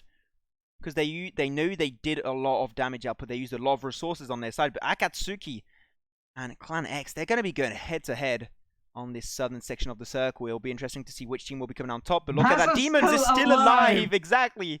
Just as you mentioned. I think we're in the top 8, so he got himself, he got his squad some points. Yeah, exactly. Man, yeah. That's good. Better than having your team get eliminated in first position. But here it is. They're going to try and engage on top of the third party team, a.k.a. Art. Still has a 4-man squad, but though Divine Vendetta in the distance, very high up north, they might be trying to take a few shots if they want to. They want to try and get involved and take these kills for themselves. But Toffee has a really good angle, but unfortunately will not be good enough, and he's going to be knocked away. Just not looking great for the side of Clan X, though. Sword, they're going to get breached over by the side of the snipers, and that will be the end of the Beans. 7th position overall, going over to this team. Not looking great in the process. Unfortunately, this compound is for them, but now the circle is moving against them, and I think that this might be the end of a few of their members, because the damage output of the circle is going to be way too much for them to deal with. And he's probably going to find another knock. There it is. Mustafa are going to be knocked away again on the side of the snipers, and they should be down to now only 1 member. Yeah, now you can see that the side of Divine Vendetta once more, great position towards the north side of the circle. Meanwhile, Clan X are still full alive and well so far. I was actually surprised because a few of them actually got knocked down in the last few moments. But now we have the last 4 teams left on the board. You got Team Art, you got Clan X, you got the Snipers, and you have Divine Vendetta. They're all fighting for that juicy and ever-elusive chicken dinner. Let's see who's going to be coming out on top at the end of this one. I'm not going to lie, for all these teams, this Phase 6 circle, it absolutely sucks. No teams are in circle. They will have to go downhill. This is not looking great for any of these teams right now. The only thing they can do is try and pick their fight to get a little bit closer to the circle phase. But here it is. The fight still ongoing of the third-party team. I'm going to call them like that, the third-party team. Unfortunately, they're down to now 1 member. I can't say his name, so we're going to call him the Lone Wolf. That's his name for now. I'm not going to try and even say that. But yeah, Toffee got knocked. We also had earlier Boyka, he got knocked away. He did find the res, which is surprising then that they don't have a great positioning here. Those snipers, as I said, the snipers only had 1 member because the circle was doing way too much. He does go for the flashbang. Mohanad actually with a very sneaky play here, trying to hide behind that box. But does he actually have any backup from the rest? Wait, is he the only member left because they all died to circle. Though Team 10 Art, they're going to be eliminated, and now 3rd position is going to be now 2 teams remaining. Divine Vendetta versus Clan X. Now that's the fight I was looking for. A proper 4v4. But the team that is now in circle, they've been really proactive here on Phase 6. That is Divine Vendetta. They got a 2-2 split. They're in circle. They have a really nice positioning, and they're actually going to try and push forward on top of Clan X to try and slow down their engagement. Can they find the res? We'll have to wait and see. This should be happening, but now 2v4 will be a little bit scary for the 2 extra members of Divine Vendetta that are very, very far ahead of themselves. Alt Meme, going to try and take the shots. Toffee going to be timing that one out. Knocking him out was now the AKM. And this is not looking great, unfortunately. Down to now a 3v4. Yeah, but beautiful positioning here from the snipers. You got 2 people left on the bottom side of this small hill. But that's one thing I actually wanted to talk about, is the fact that they're going for a fight in 2v4 while they have another member being rezzed. And a beautiful shot, actually. I think that connected, and Captain going to try and finish that one up, giving every single advantage. You got 2 cars, you got a bike, you got so many things you can actually blow up and finish off the squad of Divine Vendetta here. Toffee, slowly but surely trying to move up on the hill. They don't even know that the last 2 members are just outside of the circle. And wait, Majid is still alive. They both got knocked in the distance, I'm pretty sure. So that's going to be, that's a 1v4. That's a 1v4. You got a member who's down. Boyka just going to stay in the Molotov for a little bit too long. He's going to try and use that first aid on himself. But now, you said it yourself, it's a 1v4. It's all on Majid. Can he do it? Clan X. I don't think they got a chicken dinner in the last qualifier, but they're getting ever so close. Just a few more inches away from that chicken dinner. Can Boyka do it? Can Vulcan come in with the flank? Will they be able to finally get themselves that chicken dinner and take down Majid? And it looks like a few shots are going to be coming in, and it is going to be the captain who secures that last kill. And it is going to be a total of 15 kills for Clan X and a chicken dinner. 25 points in one game for these guys. Absolutely incredible. Holy moly guacamole. That's one of our top kill games, even though we did have Kurt Squad last weekend. But I think at least for the second weekend, this is going to be Clan X. They absolutely dominated, picking fight after fight, dropping over in Pachinki. Super rewarding fights all over the board. Then great rotations late game. The circle rotation sucked for them because I got to say, Divine Vendetta, that rotation that they did on proactive rotation on Phase 6 was absolutely awesome. But I think that 2-2 split at that stage was a little bit too risky. They had 2 members trying to serve as sniper. Unfortunately, that sniping was not coming out into play whatsoever. They found 1 knock because of that 2-2 split. That's all they really traded off for that. And then they got 2 members knocked. The reses would not come through. And then there was 1v4. They got the res on top of Captain also. So it really made it a proper 1v4. And then they just slowly entered and tried to surround him. They knew where he was positioned because he threw that Molotov very close to the end. And that was just sealed his fate. So congratulations here to Clan X securing the second chicken dinner here today. So that means the two teams that got chicken dinners is going to be Clan X and Akatsuki. Divine Vendetta, though, they are I'm pretty surprised on their rotations. Like, game 1, it was great. Didn't get really far in the current standings on their first game. But game 2, been a little bit more rewarding. Unfortunately, the circle shift not really working out for them. But still, great performance from all of these teams. And this is only game 1, so we still got one more game today coming your way. And that will be just in a few short minutes. I'll be checking this one out.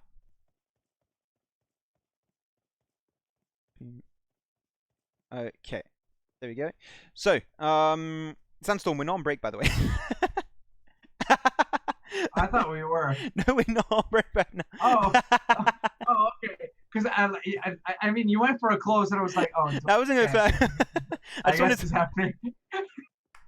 Okay, I wanted to talk about mainly one team rotation. You went silent for a few seconds, and I was like, "Oh." Because I was like, "Oh, is he?" Right? And then I saw you mute yourself. I was like, "Oh no, we're not done yet." I mean, we had one team rotation. It was Kurd up. They'd gone for the Saverni drop in very high up north, and then they had to rotate a little bit more efficiently. Like, how do you think their rotation in this game happened for Kurd up? How did they deal with it? Well, I mean, look. First of all, when it came to the first circle, early in the circle when it comes to Saverni, then they tried to slowly kind of get themselves into the fights. But like honestly, it's not at the same level of the other Kurd squads that we've seen. Like for example, you remember in the last week, the rotation, especially communication coming in from Kurd squad when they had Baby coming in from the left flank. You had two people in the middle grabbing attention. You had another member coming in from the right flank as well. Their communication was on point. I feel like it's not the same for this Kurd up squad. And I feel like they need to they need to sort their things out, because coming into this game, they had a great positioning from the start. They were in a great position to actually start coming into the circle because of how it was positioned and because of how it actually changed as well. But even though they had decent loot, I think that when it came to the fights as well, they just weren't communicating that often. And I feel like that might have been their downfall in this game.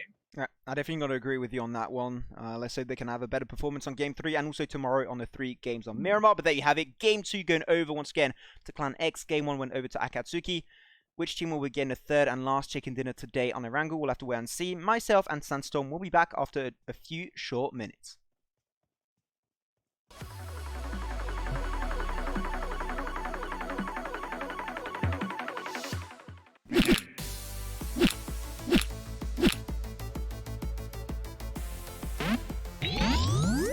KO.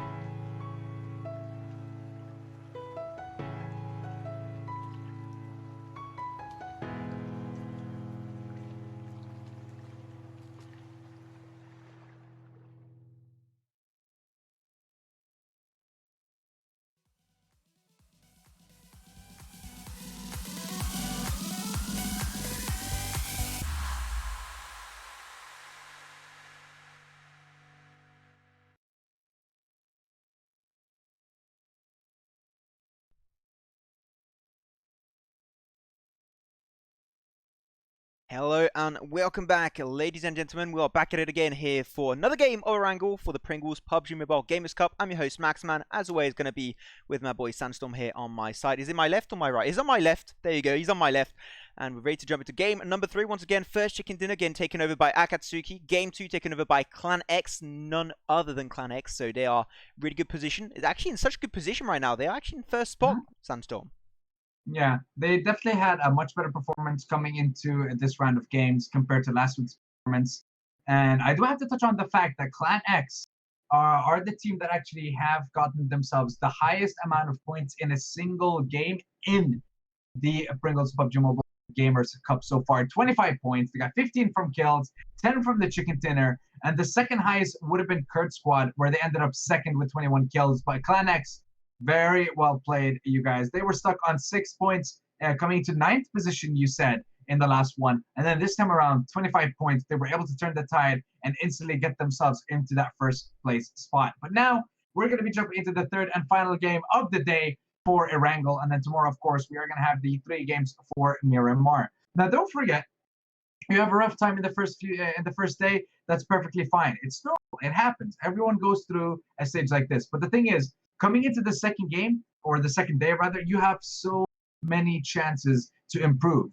For example, from the teams that we've had in the last week, we've had teams like The Real Deal, Deadly Shot, and Team Super Squad. These teams were always stuck in 8th, 9th, 10th position at the end of the first day. And then all of a sudden, these guys were able to get themselves in the top 4. So honestly, if you have a bad day, that's fine. Tomorrow, you can more than make up. Yeah, well, like, you have 50% of your games today. That means that anything that a team has achieved today, you can achieve it tomorrow. So you just got to try and get a few points still, just to not be in too bad of a spot. But still, one good day is all you need. We saw it like a few days ago. We saw Kurt Squad in like 2 games get about 40 points, which is absolutely mental, and that would have been in like just enough for some teams to actually qualify. Yeah, if they just got that kind of performance as just like Kurt Squad. So once again, today can be a little bit unfortunate for some team. You can see that Team R, Foxes, they are really, really struggling. Same for M16, Kurd Up. They are teams that are not having the best time. But all up actually to Elite, just in 10th position. All teams are struggling, so they got to try and put it in gear right now in the third game today. And also tomorrow, they need to get that consistent potential point on their side. Then you got ARB Champions in 9th position with 10 points. Same for Game of Thrones. There's then basically similar. Then 8th position, equal standings was ARB Champions.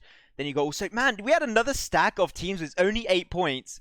And now it's Demons, Avengers, and Campeones, all with 12 points. You always got a big stack of players with the same amount of points. And then, of course, like we mentioned earlier, Clan X first position with 31, right behind Akatsuki. So the 2 teams with a chicken dinner each today. They're both in first and second position, respectively, so far. The Snipers, they've been playing really aggressive. It's been really rewarding. And I also praised on Game 1, Divine Vendetta, for their repositioning purposes, that they're very proactive and reactive to circle shifts, and that's what allows them to get consistent performances on Game 1 and Game 2, and they are pretty comfortable in this top 8. But once again, you have to aim not for the top 8, but for the top 4 if you want to represent Phase 2 here of the qualification phase of the Pringles PUBG Mobile Gamers Cup to go to the Grand Finals. So still, they're not out of the woods, but they're off to a very, very good start. Yeah, and I do have to commend Demons, and mainly Mazza, if I'm mistaken. He was one of the guys that was able to stay alive for such a long time, especially when the fact that 3 members of his team were actually eliminated within the first few minutes of the game. But he managed to stay alive all the way until, I believe, phase 5, if I'm not mistaken. And I think he managed to get his team 6th or 5th place. I don't think he got anything higher than that. Because we had the top 4 people. We had the Snipers, Divine Vendetta, Akatsuki, and Clan X. They were the last 4 teams that were left alive in the last phase. And the fact that he was able to stay alive for such a long time made it possible that they are now tied, as you said it yourself, with Avengers, with Campeones for that 5th spot. Now, here's the thing. One thing that you guys need to focus on going towards the end of the first day here of the qualifier is that you need to try and get a really good last game of the day.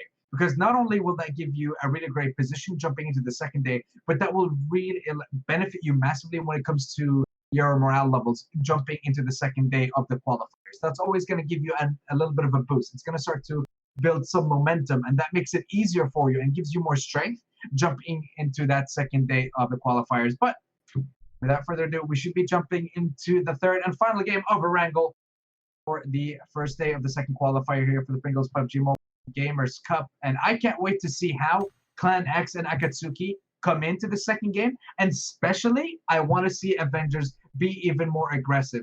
Because in the first game, we saw they were able to eliminate a total of 2 teams. They were eliminated, I think, in the They got 8 points 12. total, yeah.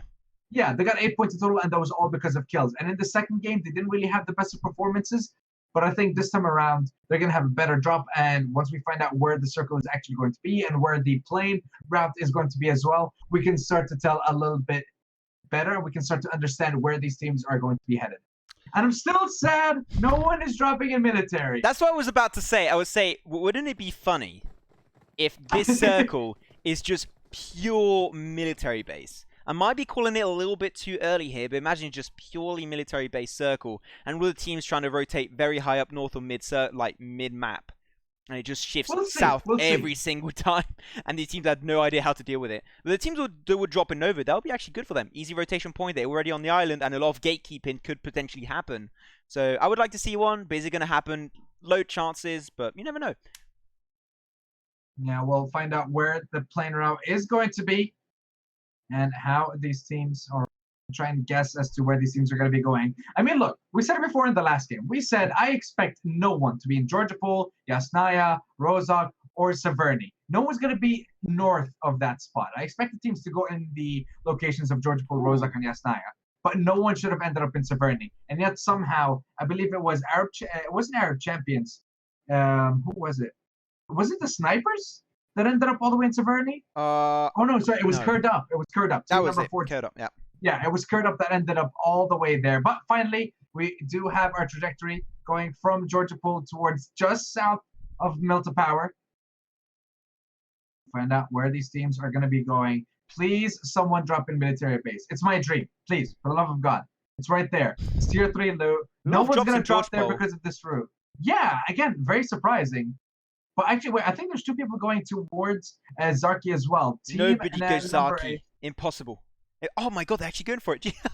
yeah, you got Avengers going, you got the Snipers going, and then of course you have team number 11, you got Campiones alongside the Mercenaries going towards the north side of Georgia Pool.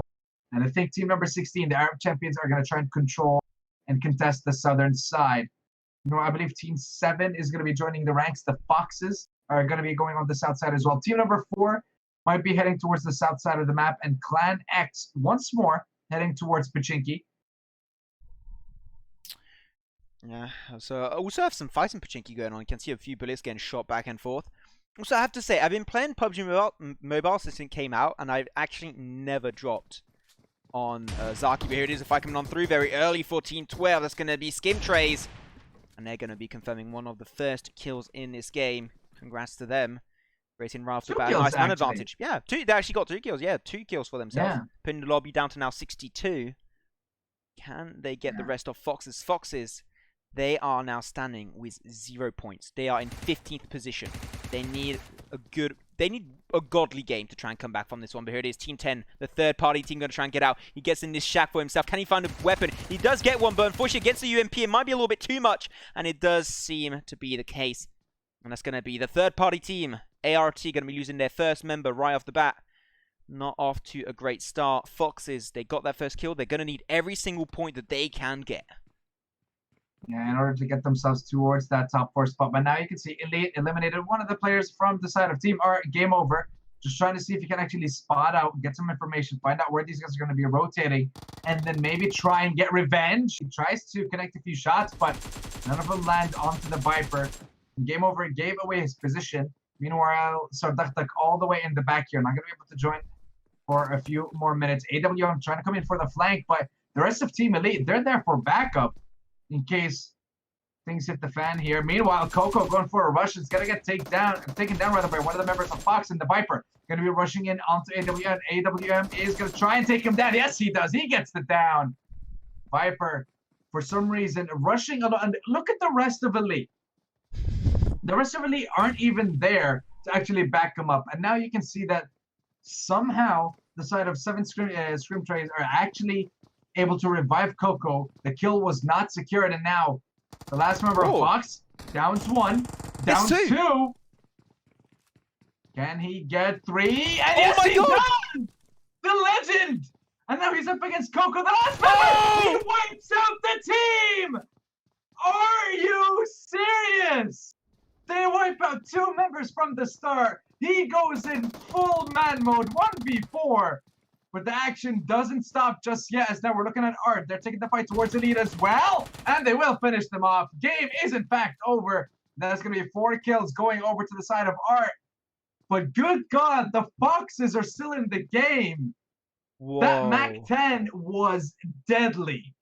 The Uzi, that's Or why. Uzi, actually, Yeah, my the Uzi bad. is my favorite weapon in the game, and that is why it allows you in close quarter to just take anyone. 1 clip equal 1 kill. Even if your aim is not insane, it's just such a good weapon, you can't overlook it. But they have it. Be careful. In the back there, you're going to try and reposition a little bit on the side of Team 16, aka RB Champions. They're going to be a little bit close quarter. We saw that fight happen earlier in Game 1. A little bit similar in positioning, but it is pretty even in terms of manpower. So this fight might not be breaking out quite yet. And we do now see finally the circle shift is not going to be military base, but it's going to be really high up northwest. The game hates us. And hey, maybe we'll have a Zaki finish. We don't know. I mean, look. The fact that not even like a slither of the circle is actually on the island is just like the game's way of telling me, haha, no. Get dabbed on. That's what it said. Yeah. Basically, the game just dabbed on me. The game knows that it knows the memes. It knows that you gotta dab on them haters. Okay, That's why I dab on Maxman like every day. Hey, not allowed to do this. But M16, they got a little bit close quarter. M16, unfortunately, last game, big struggle. Game 1 also not looking great. They had 2 members taken away really early on, so let's hope that this is the fight of redemption on their side. Gonna have a 2-2 split from RAB. ARB. I can't say that. I don't know why. My mouth just says, no, you can't say Arab, ARB. man. It's just Arab champions. You just, okay. I wasn't sure 100%, so I just want to say ARB. Okay, I'll say that. Yeah, that's the team name.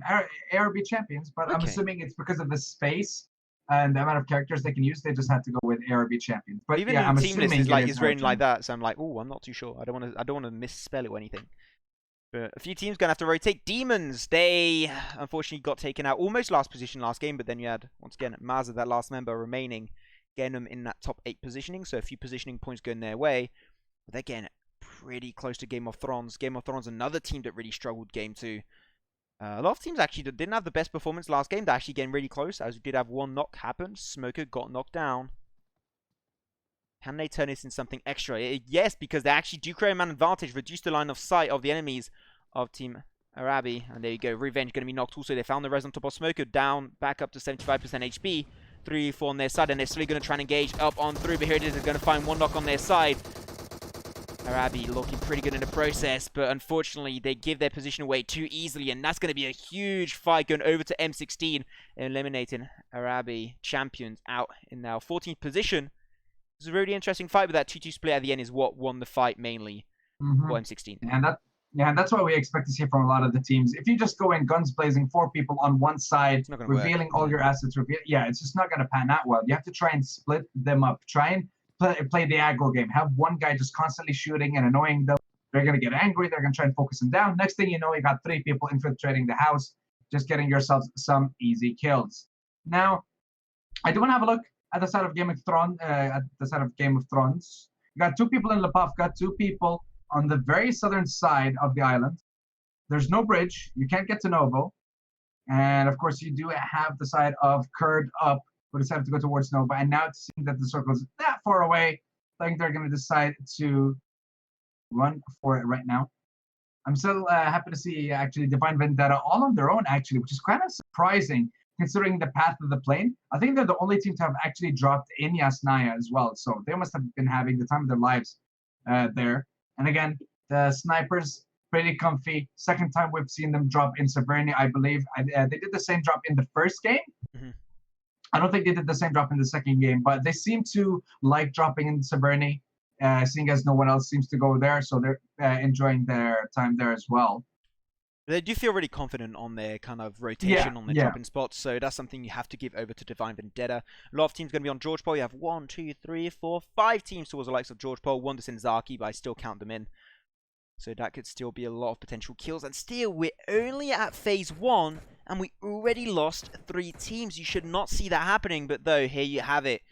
It's going to be Campeones finding a few knocks, a bit of damage output, and finding 1 kill for themselves.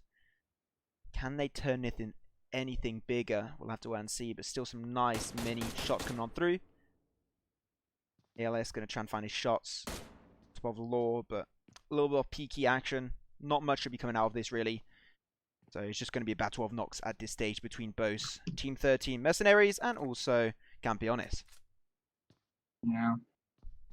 We'll have a look and see who's actually going to come out on top in this one. But I think the more knocks you get, the harder it is going to be for you to res your teammates later on, the less time you'll have to work with. But at this point in time, for the side of Campeones, you only have 1 kill. Team number 13, the Mercenaries. I guess the standoff at this point isn't really benefiting anyone whatsoever. If it was me, I would just try to find a vehicle and just get out of there, I guess. That would be the best solution for myself. Because I'm not going to gain much out of trying to down those people. Like, in the end, they're going to get revived, and it's just a waste of time. But Bojan, though, landing a few shots onto Law. Beautiful thing in. It is going to be Al-Shamri who finishes that one off.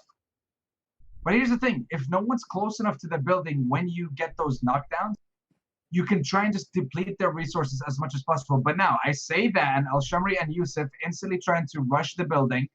Meanwhile, you still have 2 snipers left on the high ground to gather as much information as possible. Throw the grenade. Oh yeah, you had to throw it there. It was always a bit of I was just like, he's looking for somewhere to throw. He's like, Yeah. what are you doing? They're doing a 2-2 split. Then they have 2 members on the front line, 2 members in the back, having that snipe in action. I don't think it's going to really come into play all that much, but it might still create an advantage if they can find 1 knock for themselves. Yusef has the information on top of Law. He had a prime opportunity. Go for the shot now, but unfortunately, he kind of has a few issues with the wall there, and he does not find it. Could have at least got 1 knock, then turn that instantly into a kill. Just a little bit too late to pull that trigger. Law, can he get the angle once again? This is 3rd person. That means this is great for Yusef to feed up information to his team. But Law seems like he's going to go for the repositioning there in the back of the wall. Can he find Yusef? Yusef repositions just in time as Law almost find the positioning on top of him. So that was just all lucky or really proactive from Yusef and able to react quickly to that repositioning of the type of Team 13. Mercenaries. Yeah, Mercenaries. Well, we'll see. I mean, they have all the time in the world right now. You're in the circle. They're perfectly fine. I think there's only 2 teams so far that are out of the circle. It is going to be Game of Thrones, just south of Yasnaya, and it is going to be Divine Vendetta as well. Now, game over. Going to pick himself up a pretty decent look from that way. Okay. You saw that too, right? I think I missed it. What? What? Okay, I think Game Over was parked in it with his car right in front of the drop, and then all of a sudden it wasn't there anymore. It just disappeared. Got sent into oblivion. Yeah, basically. Well, if Oblivion was like 20 feet to the right into the inside the ruins. That was interesting. Oh well. No. The joys of PUBG Mobile. Sometimes little stuff like that does happen. Still, the fight here on Northern George Pole is still coming on through. But though, I gotta say, one thing that I really like is Campeones. They got back as a full-man squad. Still doing a 2-2 split, but still in the same compound. That's going to be very rewarding, as it did unfortunately lose D194. So now it's going to be turned into a proper 2v... is it 2v4? Wait, did Campeones lose one of their members? Or is there one just hiding in the comp? Yeah, actually, I see him right now. It's still a 2v4 on their side. In distance, Avengers are still going to be also northern section. They rotated away from Zaki after that drop early. George Pole under their control, so still a 3rd party could happen potentially because they did 100% hear those shots. But really, this is just going to be interesting to see when these teams are going to try and breach. And really, the two members are a little bit of a pickle here. Is Alot Daibi and also Bojan, because if they want to cross, they got this big cross section in the compound. And to make it through, it can get a little bit tricky. But right now, it doesn't seem like, unfortunately, Mercenaries are really looking in that direction. So this still can potentially be a really easy breach for the full forces of Campeones if they decide to pull the trigger once again. Yeah, and I do have to say that I do love the position. Oh, Great. beautiful shot on Bojan. I don't think it actually got the down though. Bojan's gonna try and move away. I'm not sure if Karkash is actually scoping in or if he's just going for no scope at that point, but beautiful shot nonetheless. With that M21, if I'm not mistaken. No, that's M24. the M24. Close enough. 23 Not really. away. They're both complete. Yeah, I mean, what do you mean 23 away? 3 away. Quick maths. Is your maths broken again? I think Slightly. maybe just a little bit. You know, me and Matt, Yeah. we're not good friends, unfortunately. Yeah. But yeah, that was still a great shot. And as I said, now they 100% have the information because they took that shot on one member of Campeones. So that's going to be, of course, Avengers. They're going to try and move forward. They're doing a 3-1 split. Could be working out. Go over to Akatsuki once again. If you did miss out game number 1, huge first game on their side. A total of 18 points in one single game. That was a great performance. There it is. Another shot coming on through. And that's going to be not looking great, but Campeones, they're getting a little bit overtaken. But as I say that, they do turn on his head pretty nicely. And they do confirm this and take out the totality of Team Mercenaries. They're going to be going out in 13th position. They did have 2 knocks on his side, so it was a little bit scary at some point. But they still remain on top. But now would be the prime opportunity for Avengers to lurk on through. If they saw the kill feed, they knew that was the fight that was getting involved. They should have saw that both sides had 2 knocks. And they knew that now they only had 2 members. But unfortunately, it took a little bit too long. Or they were also a little bit too far if you add up together. That's not looking great for them. They can still try and get involved. He has the Uzi. We saw what the Uzi can do a little bit early on. Can do some good old 1v4 action. The Demons, Akatsuki, they're both going to be lurking each other on the side of the eye. They're just going to avoid each other once again. Yeah, this could be another fight coming on through, and I think they could have already engaged a little bit earlier if they saw the kill feed, but it seemed like they just didn't really want to pull the trigger that early on. Yeah, considering that right now, Avengers, and I believe it was Campeones as well. Yeah, Avengers, Campeones, and Demons, they're all tied in 5th place with 12 points. So these guys, basically whoever comes out on top will be pushing themselves and propelling themselves even further up the standings and seeing if they can actually catch up to the likes of Divine Vendetta at 18, the Snipers at 20. Clan X, 31 points, a little bit far off, but not impossible. Let's see if they're going to be able to do that, though. These teams are slowly going to be trying to get put close quarters. A lot of area to work with down south and up north. So if it is a shift in these kind of areas, this can get pretty tricky for all these teams to actually try and find a good dominant position. Higher up north would be a little bit easier. You still got a bunch of compounds not taken over, and also the high ground, which is great to play around. That can actually host a lot of teams. So I think that if you do have a northern shift, it still wouldn't be all that complicated. If it shifts towards the likes of Gatka, that's where things can start to get really tricky because it's mainly just flat lands. That all rotations will be giving away your position to your foes. So that will be a little bit tricky if you do see a rotation down south. Still, the circle is slowly closing up. One team that I think is really well positioned, and I said they're really confident in their rotations, and they can be because their rotations are absolutely top tier. But that is Divine Vendetta, high north towards the likes of shooting range, and Severny in the dead center of those 2 areas, and they just really chill. They have no teams really in direct threat. They do have the snipers, but even then, that was pretty zoomed out, so they're not that close together. Balor Taibi, he's going to get a little bit of a pickle, though that does not matter as they do reverse knock. Can they find the kill on the flush? They're going to try and look for it. They still have 2 members also on their side. Said he's going to try and join the fray, but here it is. Even though he has the Uzi, it will not be enough, and that's going to be 2 members knocked away down to now a 2v4. They're very split here on the side of Campeones. Especially Alor Taibi. As I said, Alor Taibi is just way too out of position. But can he find a double knock for himself? There it is. They're going to be reversed on the top of their head. And that's going to be turned into another 2v2 scenario. And that's unfortunately Campeones. They should have stuck a little bit close quarter. And they just allowed 2 of their members to get taken out of the picture.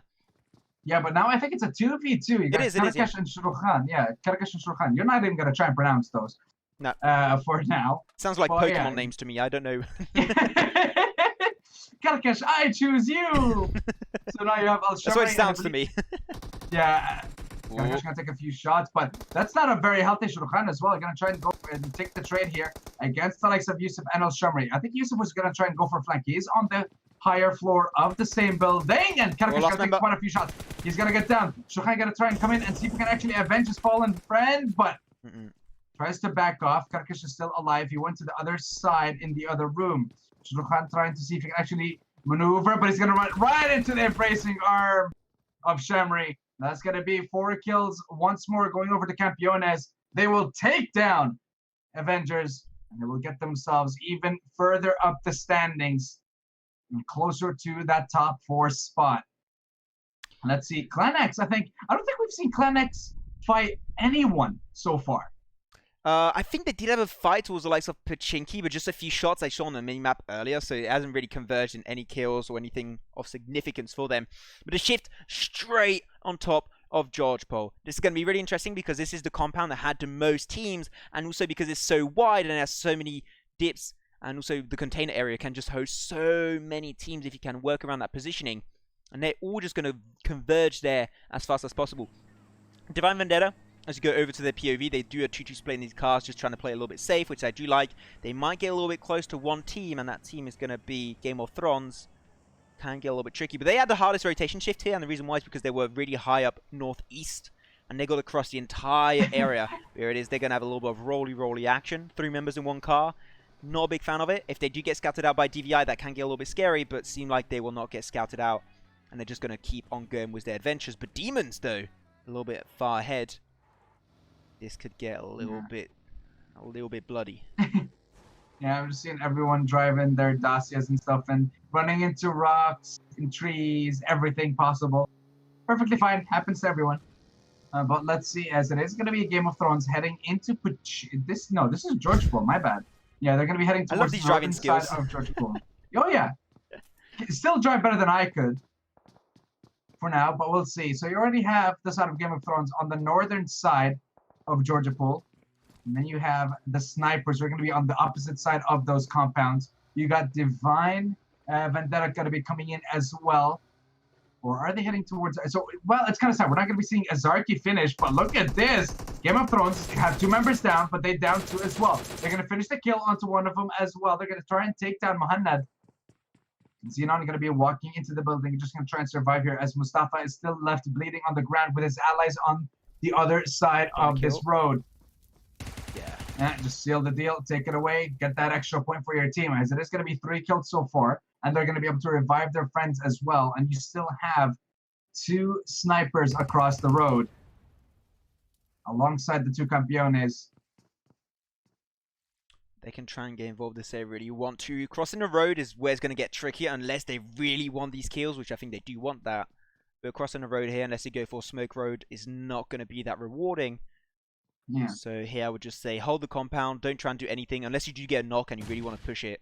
That might be because what the they're circles in your advantage, it's working for you so far. You don't really need to move. I would be pretty happy, honestly, to see a Georgia Pool finish. Like, not just any Georgia Pool. I want a container Georgia Pool finish. She wants center-south rotation towards the containers. Yes. Okay, let's hope it goes. That's what I want to see. Though we have a lot of teams who are actually on the western side. Southwest to be completely exact. Getting really close quarter. Also, we're going to see finally Clan X. You talked about it earlier. They're not really getting involved. They got 0 kills up their sleeve. So one of their most passive games throughout the day. They find himself a nice position in top of George Pole. So that's going to be Team 14. Kurt Up, one of the last standing teams that really struggle in Game 1 and Game 2. They will be scouted by Clan X, the one and only first position teams today in Phase 2 of the PUBG Mobile Gamers Cup, brought to you by the power of Pringles and Millennium Arabia. Never forget Millennium Arabia. Oh, beautiful shots coming in from Game Over. Instant down coming in here from one of the members of the side of Clan X. We do have to say, Clan X so far, not a single kill to their name. They are fighting with not Arab champions, but Curd Up, who are currently in 16th place, I believe. Meanwhile, you still have one member, the hero of squad number 7, the Foxes. Yeah, he deserves it. Yeah, to be honest, yeah, he deserves it. Yeah, he was able to down 4 people on his own and take them out. Meanwhile, Divine Vendetta just getting lit up by M16 across the river here. Yeah, which is fine. They're pretty far out of range, out of reach. They're going to be completely chill. Oh wait, Boyka's dead. Boyka got taken out. That's very unfortunate. But still, they're up to 3 members. That's all they really need to try and make it up. And they're not really going to get involved with this fight, I do believe. As team. A few teams going to be going up against each other. Though Divine Vendetta goes camp. They're going to find a few knocks for themselves. Seem like they are getting involved in a big fight. Find another knock on top of Demon's Alligator. Still just a little more spray. Now, this is just a cold war. The teams are very close. It's about to break out, but it's not getting really forced. No fight should break out at this stage. It's just a battle of holding your compounds. And when the circle does shift, that is when you're going to see a lot of teams and players getting taken out of the picture. It's not quite the time, but when phase 5 does start, that is where a lot of stuff will be happening. But though, Divine Vendetta, Mal, then Molotov does confirm that kill on top of Alligator. And that's going to be Demons eliminated in 11th position. And we're now down to the top 10. And it's going to be really interesting to see which team can try and hold the center of circle as it shifts really far down to the eastern side. Yeah, northeastern side. So, unfortunately, no containers finish. Just kind of sad. This game really hates me. I wanted the military finish, not even close. Oh, wait. No, it's still very possible for us to get a container finish. Well, let's see here, as it is going to be Akatsuki team fighting with Divine Vendetta. Meanwhile, Crocodile just going to light up one of the members on the side of the Foxes. He takes one down. They only managed to down him. Isn't able to secure the kill just yet. Meanwhile, here comes the rest of the squad. It is going to be Curd up, lighting it up. I think they managed to take one down. Will they be able to take that down? Oh, no! Wait! No! He managed to down that scared one me. more. Yeah, but no, Invader and the rest of the Curd up squad will be able to finally put Foxes in their graves. And we're down to the last 9 teams. We got Curd up coming in from the left side of containers. Meanwhile, AWM with that M4, lighting up that US. And I believe there's going to be a Three crate knocks. Oof. towards the right side of George Pool. Clan X are 1 man down. It's going to be Vulcan, Captain, and Tuffy. Captain was the one that got the last kill in the last game. Meanwhile, the rest of the squad's coming in from the side of Art, I believe, taking quite a lot of damage from M16. Yeah, Art getting third-partied by M16, not looking great. Curd up, they had the circle put in a lot of pressure on top of them. They had 3 members knocked away, but they're going to go for the car move. This is extremely risky, having 2 members in 1 car. I would like to see if that does pay off, but Captain is going to get naded on through by the side of Campeones. And try and hold it up. And the car move does actually reward them pretty heavily.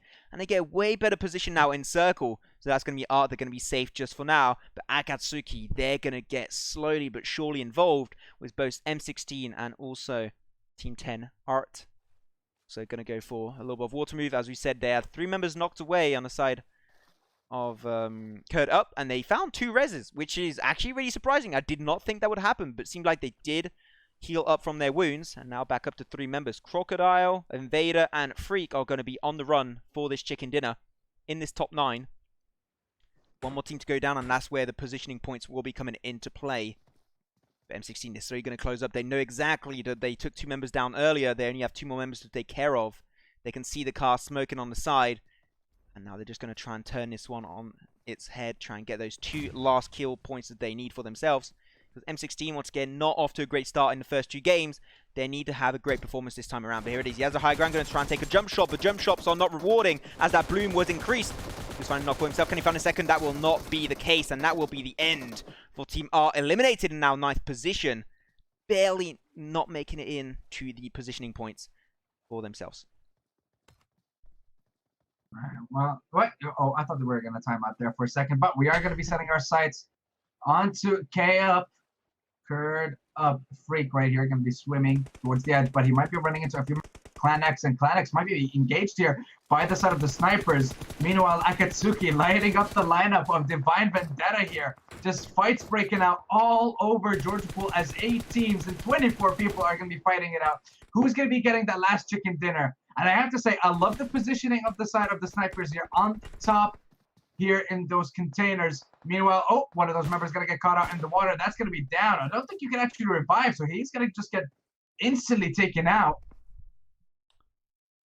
No. Well, the rest of the squad of Game of Thrones trying to make their way. Snipers not in the best of positions are going to try and jump that. Khaled, you might actually get down. Oh, he's dead! What? Yes. Okay. I don't really know what to say there, but that's going to be Curd up. They're going to be eliminated in 7th position overall. Not looking great. The river trolls of this game is going to be Divine Vendetta, holding the river, holding also the high ground, having a lot of potential in this one. I actually talked too soon. I thought Curd up was actually eliminated there, but I seemed like I was a little bit mistaken with what was happening on the minimap. So they are actually still in the race for the game. So my Ooh, apologies look at for that that one. circle. That circle shift. Hey, it's crates. I mean, it's half crates, but it is a crate finish. It great. still does have some crates, so I'm pretty excited to see how these teams are going to be playing. Because now we're down to 6 Ooh. teams, 18 players. Majid setting his sights onto the last few members of the side of Game of Thrones. Meanwhile, Toffee is going to be on the other side here. They're being pincered. They're being attacked on all fronts. Where are they going to go? Where are they going to run? We'll find out, as now a few smokes going to be coming out here to give some room for the side of Clan X, as it's going to be a near impossible task for them to fight through Curd Up to make their way to that phase 6 circle. As you already see, Akatsuki team are already there. M16 already there. Matrix failing the smoke. Kurd dead. Eliminated in now 6th position. We're down to the top 5. Clan X now, they created this opening, this breach point. They can now try and get a little bit closer to the circle, at least to the crates. But though Akatsuki, they have the information of 2 chicken dinner winner teams today. Gara going to take a few shots there, but not quite working out. Unfortunately, he turns it finally into a knock for his side. Slowly going to be reducing the firepower. He does confirm the kill on top of Toffee. And now Valkan and Captain, they're taking that take damage. They're going to try and res and race on through up against that blue zone of phase 6. It does way too much damage. And now getting sprayed and absolutely smothered to the ground. Valkan will be knocked out. Now there's only one more member remaining. As I say that, they get eliminated in 4th position. We're down now to the top 2. What just happened? Okay, 2 teams remaining, and they're all going to be Everyone just died. The zone was doing too much damage. A few seconds ago. I mean, look. I have to say, Akatsuki, impeccable positioning. They were in the right place at the right time. They were able to clean up so many people. Because here's the thing: when it comes to these containers, it's such an open area. It's impossible for you to get in there without being spotted, especially if you're coming from the north side of the map. And now we're going to be on the eastern side of these containers. Top half belongs to Akatsuki. Bottom half belongs to M16. You got a 4v3 scenario right now. And Akatsuki are able to hide behind this massive warehouse and able to make the move. Now, it's all about the close quarters. The DP is going to shred anyone in its path. Matrix has an AUG. That's perfect in these close range fights as well, but I don't think it's going to be up to par with the likes of a DP. So I want to see what the other guys have. I think one of them actually has a VSS. That's going to be useless here. Yeah, VSS can throw it away. What would be really good here is if someone does have a Uzi. Like, once again, I love the Uzi, and I think that in this scenario is going to be huge for both of these teams because it's going to get pretty close quarter, and you must have really fast reaction time to try and take them out. The Uzi here is like the best weapon in this kind of environment. Slowly, it's going to be closing up. It's going to be 4v3 on their side, actually. It's going to be M16. They're down to 3 members, 4 members for the sort of Akatsuki. They got first chicken dinner today. Can they get another one? I have to check this one out. But yeah, they're doing a 3-1 split. Seems like Gara is going to try and get a little bit closer Wisdom, which I do like here. That's completely fine. So Gara, he was swapped in. They did have another member earlier. I couldn't say his name, but we have Gara. So that's going to be 3 members of Naruto for the set of Akatsuki, which makes a lot more sense with that team name. But Grenade's going to be chucked. A little bit of damage on top of Error, but nothing quite significant. So he's going to try and find that res with those bandages. It's just going to be close quarter, and it's still closing up 1 minute before this circle does shift. And these teams are all going to be in a really, really scary spot. Even if it's a 3v4, because it's so close quarter, you really can't know which team will be able to take this fight for themselves. Yeah, I like the fact that Gara has a barrel. And the barrel is going to do quite a lot of damage as well. 7.62 armor or caliber bullets. So he has the AOG also. Yeah, so he has the AUG and he has the barrel. That's a lot of damage. Now, 30 seconds on the board. 2 teams, M16 versus Akatsuki. Can Akatsuki get themselves a double chicken dinner on the first day of qualifiers? Danger takes a shot to the head. Takes quite a lot of damage. Grenade does nothing to the lineup of Akatsuki. Naruto is still waiting in the wings. I think he's going to try and make a play from the back. This is absolutely awesome play from Naruto. They might hear this though, do they not? I think they heard it because there's just no really sound coming on in this game. So I'm pretty sure they know you gotta make he's there. noise. If you're Akatsuki, you gotta start shooting. Yeah, they know exactly where he is. Toxic though, there's a Molotov. But they're pinched. They're just surrounded and they have nowhere to run. And they're one of the teams that are actually the more on the outskirts of the circle. So the tick damage is actually going to affect M16 first and not the sort of Akatsuki because they're a little bit more spread out and they have this 2-2 split. 2 members really close quarter, 2 members are a little bit further back in the distance. But Naruto going to try and go for the peek. You can see he did go for the grenade there. I don't know if he did throw it out. But now he's going to be jumping up. Error with the M4. That's going to be a great weapon at this kind of range. Just to bloom is going to be great, but here it is, comes on through, and that's going to be a nice few shots with the AKM from Gara of Akatsuki. Now it's going to be turned into a 4v2 scenario. Danger and Toxic, can they do the plays?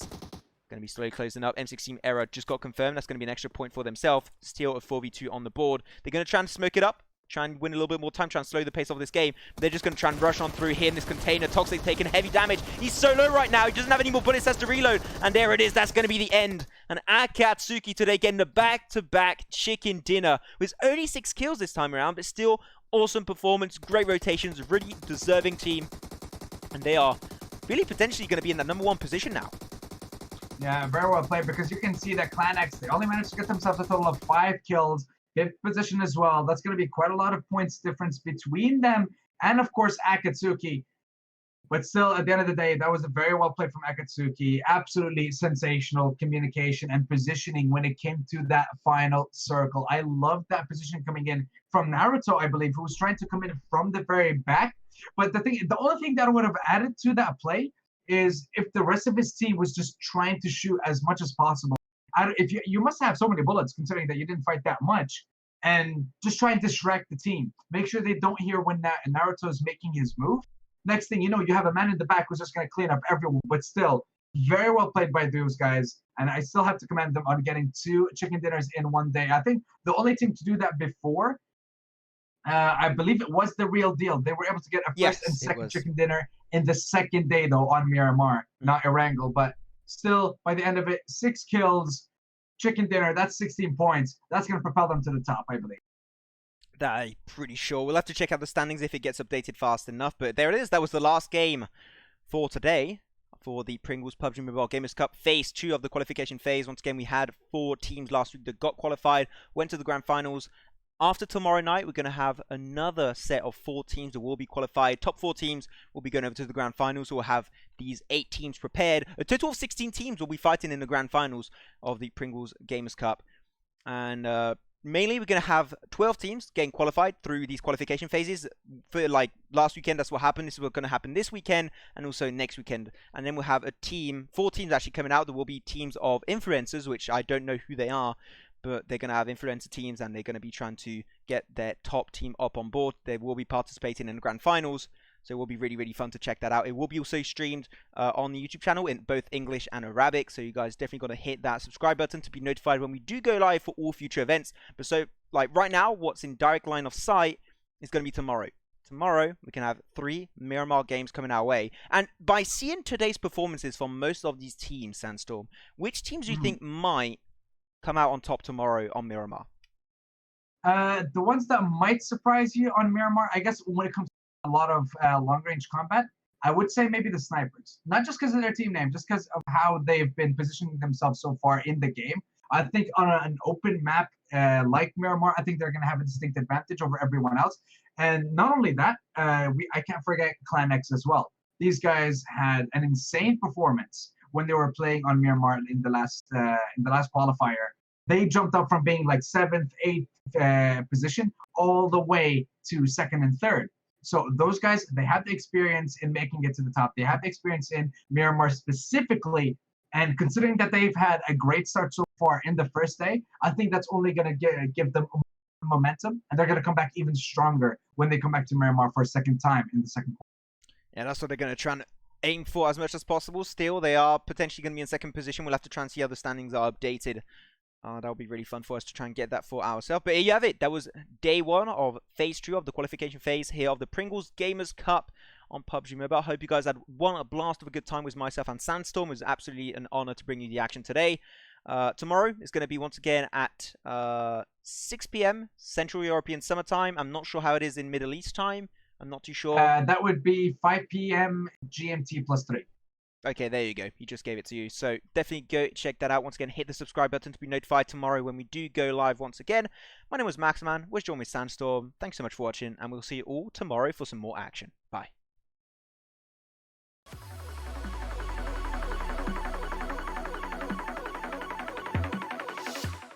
Begin.